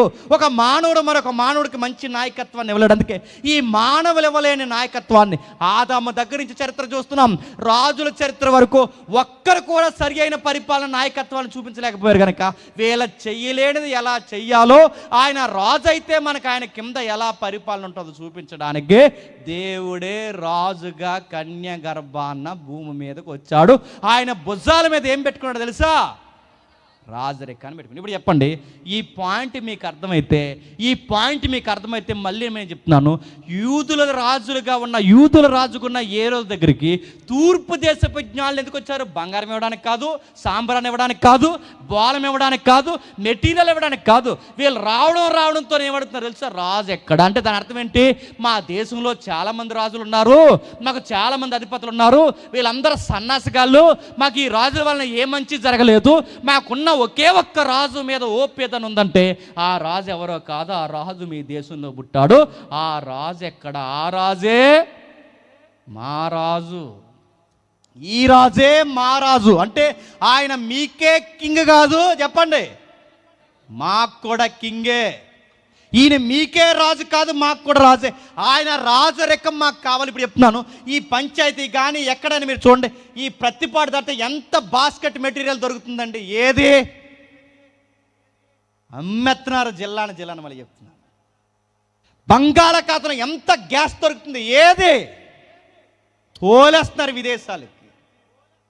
పంచాయతీలో ఏం జరుగుతుందో తెలుసు, జిల్లాలో ఏం జరుగుతుందో తెలుసు, స్టేట్లో ఏం జరుగుతుందో తెలుసు, సెంటర్లో ఏం జరుగుతుందో తెలుసు. ఏ నాయకుడు వచ్చినా దోసుకొని వాడు పిల్లలు బాగుపడతారు తప్ప, చెప్పండి, మనకు సిల్లు గవ్వ కూడా ఇవ్వరు. ఈ పాయింట్ నీకు నాకు అర్థమైందో లేదో నాకు తెలియదు, కానీ ఎవరికి అర్థమైంది చెప్పనా? తూర్పు దేశపు జ్ఞానులకు అర్థమైంది. మా రాజుల వల్ల మాకేం ఒరిగింది ఏమీ లేదు, మా రాజుల వల్ల మాకు వచ్చింది ఏమీ లేదు, మాకు రాజు కావాలి. మాకు రాజు ఎవరు తెలుసా? దేవుడే మాకు రాజుగా కావాలి. ఆ రాజు ఎక్కడ? అందుకే చెప్తున్నాను, ఈరోజు అడుగుతాను, ఈ మెటీరియల్ ఏదైతే ఈ ప్రాంతంలో దొరుకుతుందో, ఇక్కడ లోపలికి వెళ్తే, ఈ రిమోట్ ఏరియాకి వెళ్తే ఎంత వనరులు మనకు దొరుకుతాయండి. ఇన్ని వనరులు మనకున్న కొండలు అమ్మేస్తున్నారు ఇక్కడ. నేను అడుగుతున్నాను, వాళ్ళు సరిగ్గా డీల్ చేస్తే జిల్లా బాగుపడిపోతే, వాళ్ళు సరిగ్గా డీల్ చేస్తే ఈ రాష్ట్రం బాగుపడిపోద్ది. ఇక్కడ దొరికే గ్యాస్ నిల్వలు బాగు చేస్తే రాష్ట్రం బంగారు రోడ్ల మీద నడిచేంత పరిపాలన ఇవ్వచ్చు. కానీ ఎవరు? రైస్ బౌల్ ఏరియా అంటారు మంది ఉభయ గోదావరి జిల్లాలని. మధ్యలో గోదావరి, ఎక్కలేని స్వచ్ఛమైన నిత్యము పారే గోదావరి మనకున్నా, నల్ల రేగడి అనుకూలమైన భూమి మనకున్నా, పండిన పంటకు సరైన దిగుబడి మనకు రాదు. దిగుబడి వచ్చిన దానికి రేటు రాదు. సరైన గిట్టుబాటు ధరలు దొరకవు. ఎందుకు చెప్పనా? అమ్మేశారు మొత్తం పంట అంతా. నేను మళ్ళీ అడుగుతున్నాను, చెప్పండి, అరబ్ దేశాలకు వెళ్ళండి. ఎక్కడి నుంచి మన దేశాల నుంచి అరబ్ దేశాలకు వెళ్తున్నారు, కువైట్, మస్కట్, దుబాయ్, అబుదాబి, ఏవైతే ఉన్నదో లైవ్లో చూస్తున్న వాళ్ళందరూ అడగండి, ఎక్కడ చూడండి మొత్తం ఇసుక ఏరియా అంతా. ఇసుకలో బుర్జ్ ఖలీఫా కట్టారు, ఇసుకలో బంగారం లాంటి బంగ్లాలు కట్టారు, ఇసుకలో బంగారాన్ని పండించేస్తున్నారు. వాడు సముద్రపు నీరునే మంచినీరుగా మార్చేది ఇసుకలో. నేను అడుగుతాను, ఆ దేశాలు ఎందుకు బాగుపడ్డాయి, మన దేశాలు ఎందుకు బాగుపడలేదంటే అన్ఫిట్. మళ్ళీ చెప్తాను, నాయకత్వం అన్ఫిట్. ఎక్కడ చూడండి పంచాయతీ బాగుపడలేదంటే ఆ గెలిచినాడు అన్ఫిట్. మళ్ళీ చెప్తున్నాను, ఎవడైనా నాకు వెళ్తే ఇక్కడ ఏరియాలో, మీరు ఏ ఏరియా అయినా, ఎవరైనా, నేను ప్రతి ఏరియా ఓవరాల్గా మాట్లాడుతున్నాను. మీరు ఎక్కడైనా జిల్లా బాగుపడలేదంటే నాయకుల ప్రాబ్లం కాదని అడుగుతున్నాను. ఇక్కడ రోడ్లు, నలుగురు నడిసే దగ్గర సరైన రోడ్లు లేదంటే ఎవరి ప్రాబ్లం? చాలామంది అడుగుతున్నాను, ఆల మంచోళ్ళని, వాళ్ళని ఏల మంచోళ్ళని, ఏల కాదు, ఎవడో చిరగదీసేది ఏమీ లేదు. నేను ఓపెనింగ్ అని చెప్తున్నాను, మీరు ఏమనుకున్నా పర్లేదు, ఎత్తిపోతే నన్ను ఎత్తిపోతారు, మీరు ఏం కంగారు అవ్వకండి. నేను ధైర్యంగా చెప్తున్నాను. నేను యేసుప్రభు నమ్ముకున్న తర్వాత నాగిటి మీద చెయ్యేసి చెప్పిన మాట్లాడి చెప్తున్నా, బ్రతుకుట క్రీస్తే, చావైతే లాభం, పిడికెళ్ళు కన్నీళ్ళతో చచ్చిపోయినా తిరిగి చూసేయలేదు. ఎవడు ఏమనినా చస్తే ఆయన కోసం చచ్చిపోవడానికి రెడీ తప్ప భయపడిపోయి ఆయన వర్తమానాలు ఆపే ప్రసక్తే లేదని ఫిక్స్ అయ్యి వచ్చాడు. కనుక మీరేం కంగారు అవ్వకండి, నా మాటలేనండి.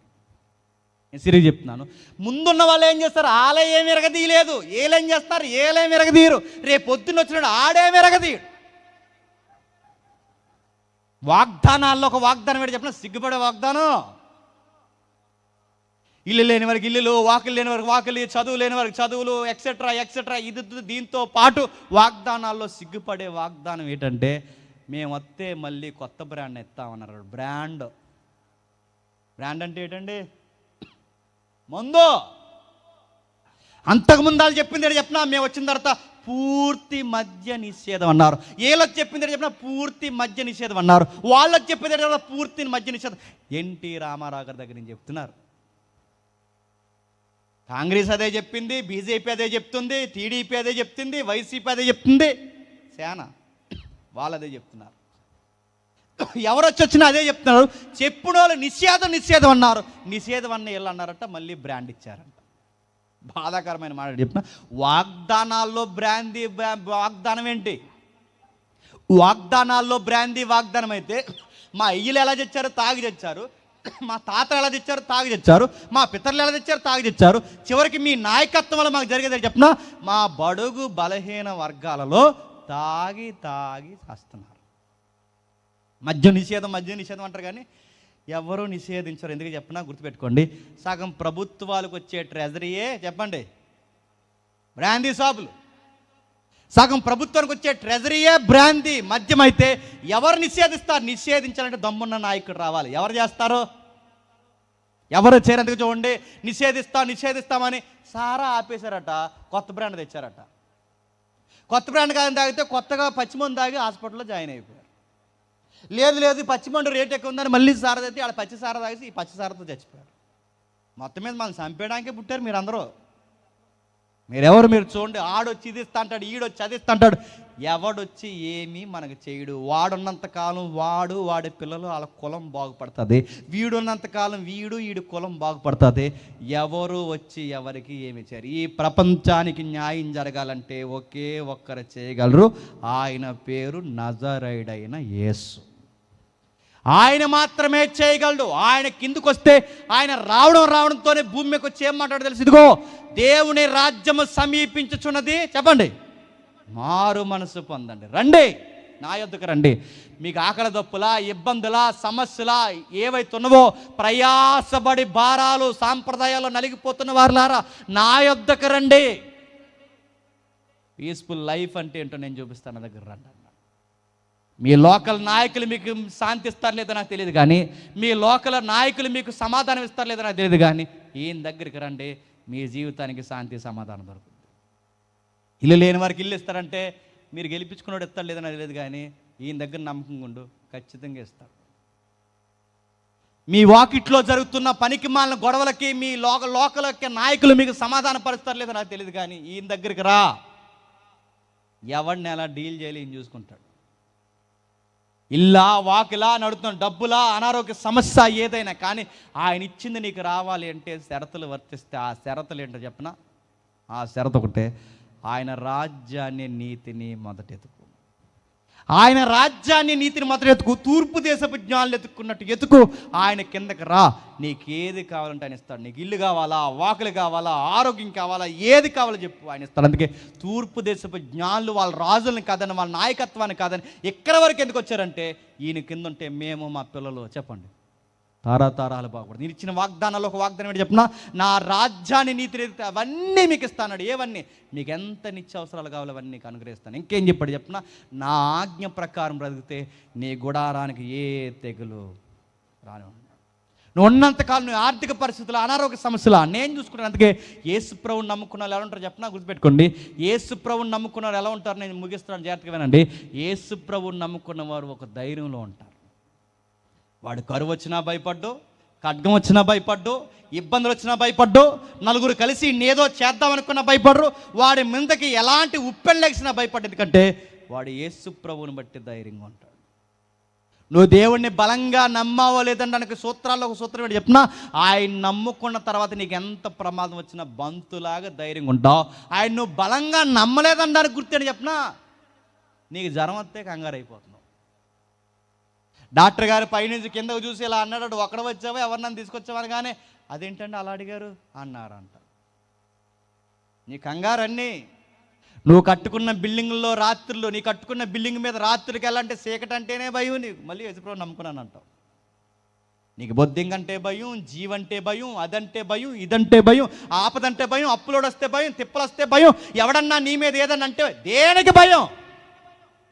పౌలేమన్నాడు తెలుసా? ఇదిగో ఒకటి అన్నాడు, కరువైననో ఖడ్గమైనో హింసైనో బాధైనో ఏదైనా క్రీస్తు ప్రేమలో ఉంటే నన్ను ఏది చేయలేదు. చెప్పండి, ఆయన సెలవు లేకుండా ఇంట్రు కూడా ఎవడో లాగలేడు అన్నాడు. నా తల వెంట్రుకలు ఎంట్రుకు కూడా రాలేదు, ఆయన సెలవు లేకుండా ఎంట్రుకు కూడా రాలేడుతున్నాను. ఆయన నమ్మితే ఎలా ఉంటుందంటే బలం, ఒక ధైర్యం. పౌలుని తీసుకెళ్లి జైల్లో పడేస్తే భయపడ్డా? ఆయనకి ఏదైనా ఇబ్బంది జరిగితే భయపడ్డంటే ఆయన నమ్ముకుని ఎలా ఉంటారు? ధైర్యంగా ఉంటారు. యూదులు గుర్తించారు లేదు, ఇరుగు పొరుగు వారు గుర్తించారు లేదు, కానీ ఎవరు గుర్తించారు తెలుసా? తూర్పు దేశ విజ్ఞానులు. అందుకే వాళ్ళు యేసుప్రభుని అలా గుర్తించారు కనుకే రాజు ఎక్కడని అడిగారు. మనం ఎలా గుర్తించగనకే డిసెంబర్ 25కి కేక్ కోసాం ఆయన్ని రాజుగా వాళ్ళు గుర్తించారు కనుక వాళ్ళు భయపడకుండా ఆయన వెనకాల పరిగెట్టారు. మనం రాజుగా గుర్తించలేకపోయాం కనుకే చెప్పండి ఆయన దగ్గరకు వచ్చి మాకు ఏది పాలెత్తలేదు ప్రభా అన్నాం. యేసుప్రభు అంటే ఎంత లోకువైపోయాడు చెప్పినా, రాజుగా చూడలేదు. కొంతమంది ప్రార్థనలు ఇలా చేస్తారు. ఏమని ప్రార్థన చేస్తారంటే ఇలా బల్లగొట్టి నువ్వు ఇస్తావు అంటున్నా. నువ్వు ఎవడగొడుతున్నావు బల్ల? మీ ఒకరు పత్తిపాడు, మీ పిఎస్ ఎక్కడ? మీ పోలీస్ స్టేషన్ ఎక్కడ? పత్తిపాడేనా? పత్తిపాడు. మీ పత్తిపాడు పిఎస్ దగ్గరికి వెళ్ళి, పోలీస్ స్టేషన్ దగ్గరికి వెళ్ళి ఓ లెటర్, కంప్లైంట్ లెటర్ పెట్టి నువ్వు చేస్తావు అని ఎస్ఐ గారు ముందు లాన్ ఏంటండి అంటాడు. గుర్తుపెట్టుకోండి. ఓ కలెక్టర్ దగ్గర సెంటు భూమి గొడవ నువ్వు కలిసి కలెక్టర్ దగ్గరికి వెళ్ళి నువ్వు చేస్తావు అంటే కలెక్టర్ నిన్నేమంటాడో? లాన్ ఏంటండి అదమని వారం రోజులు అంటాడు. ఒక కలెక్టర్తో మాట్లాడుతున్నప్పుడు ఒళ్ళు దగ్గర పెట్టుకోవాలి, ఒక ఎస్ఐతో మాట్లాడుతున్నప్పుడు ఒళ్ళు దగ్గర పెట్టుకోవాలి. ఈ రాజు దగ్గరికి వచ్చినప్పుడు నీ ప్రార్థన సరిగ్గా ఉండాలి. దేవా రాజా, నేను నీ రాజరికం కిందకి నేను వస్తున్నానని చెప్పాలి. నాకు ఇష్టమైన ఎగ్జాంపుల్ ఒకటి చెప్పి నేను ముగిస్తాను. అన్నీ ఈయన సెటిల్మెంట్ మనం చేస్తాడంటే అన్నీ సెటిల్ చేస్తాడు. నిన్నెవడైనా బాధ పెట్టినా కానీ, నిన్నెవరైనా ఇబ్బంది పెట్టే మంద ఎక్కువైపోయినా కానీ ఆయనకి చెప్పు. సూత్రం ఏంటి చెప్పనా? ఓ సీటీ తీసుకో, పేరు రాసుకో, ఆ పేరు రాసి ఆ పేరు మీద ప్రార్థన మోకాలేసేయి. ఆ సీటీ సిరక్క ముందే ఆడికి సిరిగిపోద్ది. ఆడి బతుకంత చిందరవందర అయిపోద్ది. ఉదాహరణ చెప్తాను వినండి. ఒక ఏరియాలో మెడికల్ క్యాంప్ జరుగుతుంది. ఆ మెడికల్ క్యాంప్కి ఈ జూనియర్ డాక్టర్లు వెళ్ళారు. ఆమె క్రిస్టియన్, మ్యారీడ్. చింత చచ్చిన పులుపు జామున ప్రెసిడెంట్ ఉన్నాడు ఆ ఏరియాలో. కూతురు వయసున్న ఆడపిల్లలతో అసభ్యంగా మాట్లాడుతున్నాడు. ఏమ్మా డాక్టర్ అమ్మ ఎలా రా, బీపీ చూడు అన్నాడంట, షుగర్ చూడు అన్నాడు. బాధపడింది క్రైస్తవ వనిత కనుక ఇంటికి వెళ్ళి బాధపడుతున్న తన భార్యను పసిగట్టాడు. ఎందుకు బాధపడుతున్నా అని భార్య బాధను అర్థం చేసుకున్న భర్తగా, ఏమీ లేదండి అన్నాడు. లేదు, నాకు చెప్పినంత బాధ నీకేముంది చెప్పని అడిగితే చెప్పింది, ఏమీ లేదండి, ఒక ఆయన చాలా అసభ్యకరంగా ప్రవర్తిస్తున్నాడు. ఆ ఏరియా ప్రెసిడెంట్ గారు మా మీద ఏమైనా మళ్ళీ కంప్లైంట్ రాస్తే మాకు ఉద్యోగం అంత ఇబ్బంది అవుద్ది, అందుకే మేము ఏం అనలేకపోతున్నాం, ఏం చేయాలి మాకు అర్థం కాదు. ఇంటికి సాయంత్రం డ్యూటీకి వస్తున్నప్పుడు ఇంటికి రమ్మంటాడు, ఇంటికి వచ్చి బీపీ చెక్ చేయమంటాడు, అది చెక్ చేయమంటాడు. చాలా ఇబ్బంది అయిపోతుందండి ఆయనతో, చాలా బాధగా ఉంటుంది. ఇంటికి వచ్చినప్పుడల్లా బాధ వేసేస్తుందని. కానీ ఏ భర్తకైనా అలాంటి విషయాలు కోపం వస్తాయిగా. వాడు వెళ్దాం, ఆడ సంగతి పోలీస్ స్టేషన్ చెప్దామంటే ఎందుకులండి అతని వరకు ప్రార్థన చేద్దాం, సీటీ మీద పేరు రాసని సీటీ మీద పేరు రాసి ప్రార్థన చేశారు. కొన్ని నెలలు గడిచిపోయింది. కొన్ని నెలల తర్వాత భర్త అడిగాడు, ప్రెసిడెంట్ గారు ఏమైంది అసలు, మళ్ళీ నేను బాధపడుతున్నాడు లేదా అని అడిగితే, అవునండి మర్చిపోయిన ఒకసారి ఊళ్ళో అడిగి వస్తా అంది. ఊళ్ళో అడిగితే ఇలా చెప్పారు. ఆ ఊర్లో ప్రజలు ఏమన్నారంటే, ఊరని వెళ్ళాడంట, ఎక్కడికి వెళ్ళాడో తెలియదట, వస్తాడో రాడో కూడా తెలియదట, నమ్మకం పోయిందంట. ముఖ్యాంశాలు మరోసారి, నిన్నెవడైనా ఇబ్బంది పెడితే ఆడి పేరు సీటీ మీద రాసి ప్రార్థన చేయి, ఆడు ఊరు వెళ్తాడు, ఇంక రాడు. అందరికి ఎలా జరుగుతుందని చెప్పదు, కానీ ఏదో ఒక ప్రాబ్లం. బైబిల్లో వాగ్దానం ఏంటి తెలుసా? మీకు మీరే పగ తీర్చుకొనక మీ పగలో నాకు స్థానం ఇవ్వండి, నేను డీల్ చేస్తాను. మీరేం చేయకండి, మీరు అలా చూస్తుండండి. అనేవాడు నన్నివ్వండి, అరిసేవాడు నన్నివ్వండి, ఎవడేం చేస్తాడో చేయనివ్వండి, నేను ఎంత అబ్యూజ్ చేస్తాడో చేయనివ్వండి. అన్నే ఆడి పేరు రాసుకుని ప్రార్థన చేయి, ఆడు ఊరు వెళ్తారు, ఊళ్ళో అందరూ మర్చిపోతారు. ఈ రాజు దగ్గరికి వస్తే ఎలా ఉంటుంది చెప్పనా? గుర్తుపెట్టుకుని ఒక ధైర్యం ఉంటుంది. ధైర్యం ఏంటి చెప్పనా? ఈ మాట అంటున్నాను, ఏం కంగారు అవ్వకండి, నాకు అన్నీ తెలుసు అంటున్నాను. జగన్ ఓడిపోయినా మనకు కంగారు లేదు, చంద్రబాబు నాయుడు గెలిచినా మనకు ఒరిగేది ఏం లేదు, మళ్ళీ చంద్రన్న ఓడిపోయినా మనకు వచ్చేది ఏం లేదు, జగన్ వచ్చినా మనకు ఓడిపోయలేదు, సెంటర్లో మోడీ వచ్చినా పర్వాలేదు, రాకపోయినా పర్లేదు, పక్కన స్టేట్లో కేసీఆర్ గెలిస్తే ఏంటి, గెలవకపోతే ఏంటి, రేవంత్ రెడ్డి ఉంటే ఏంటి, ఉండకపోతే ఏంటి, ఎవరు వచ్చినా మనకి ఏ భయం ఉండదు. మన మనసు అంతా సీఎం మీద లేదు, పిఎం మీద లేదు, మన మనసంతా ఎవరి మీద ఉంటుంది తెలుసా? నజరుడైన యేసు మీద ఉంటుంది. అందుకే ఈయన్ని బలంగా నమ్మిన వాళ్ళు ఎలా ఉంటారు చెప్పినా, బయట రాజకీయం ఎంత మార్పులకు గురైనా, వింటున్నాగా రాజకీయాలు ఎలా జరుగుతున్నాయో, ఎంత మార్పులకు గురైనా మన మనసు ఇక్కడ ఉండదు. మన నాయకుడు ఎలా అయిపోయాడు, మాకు ఈ నాయకుల మీద లేదు. మన నాయకుడు ఎవరు చెప్పండి?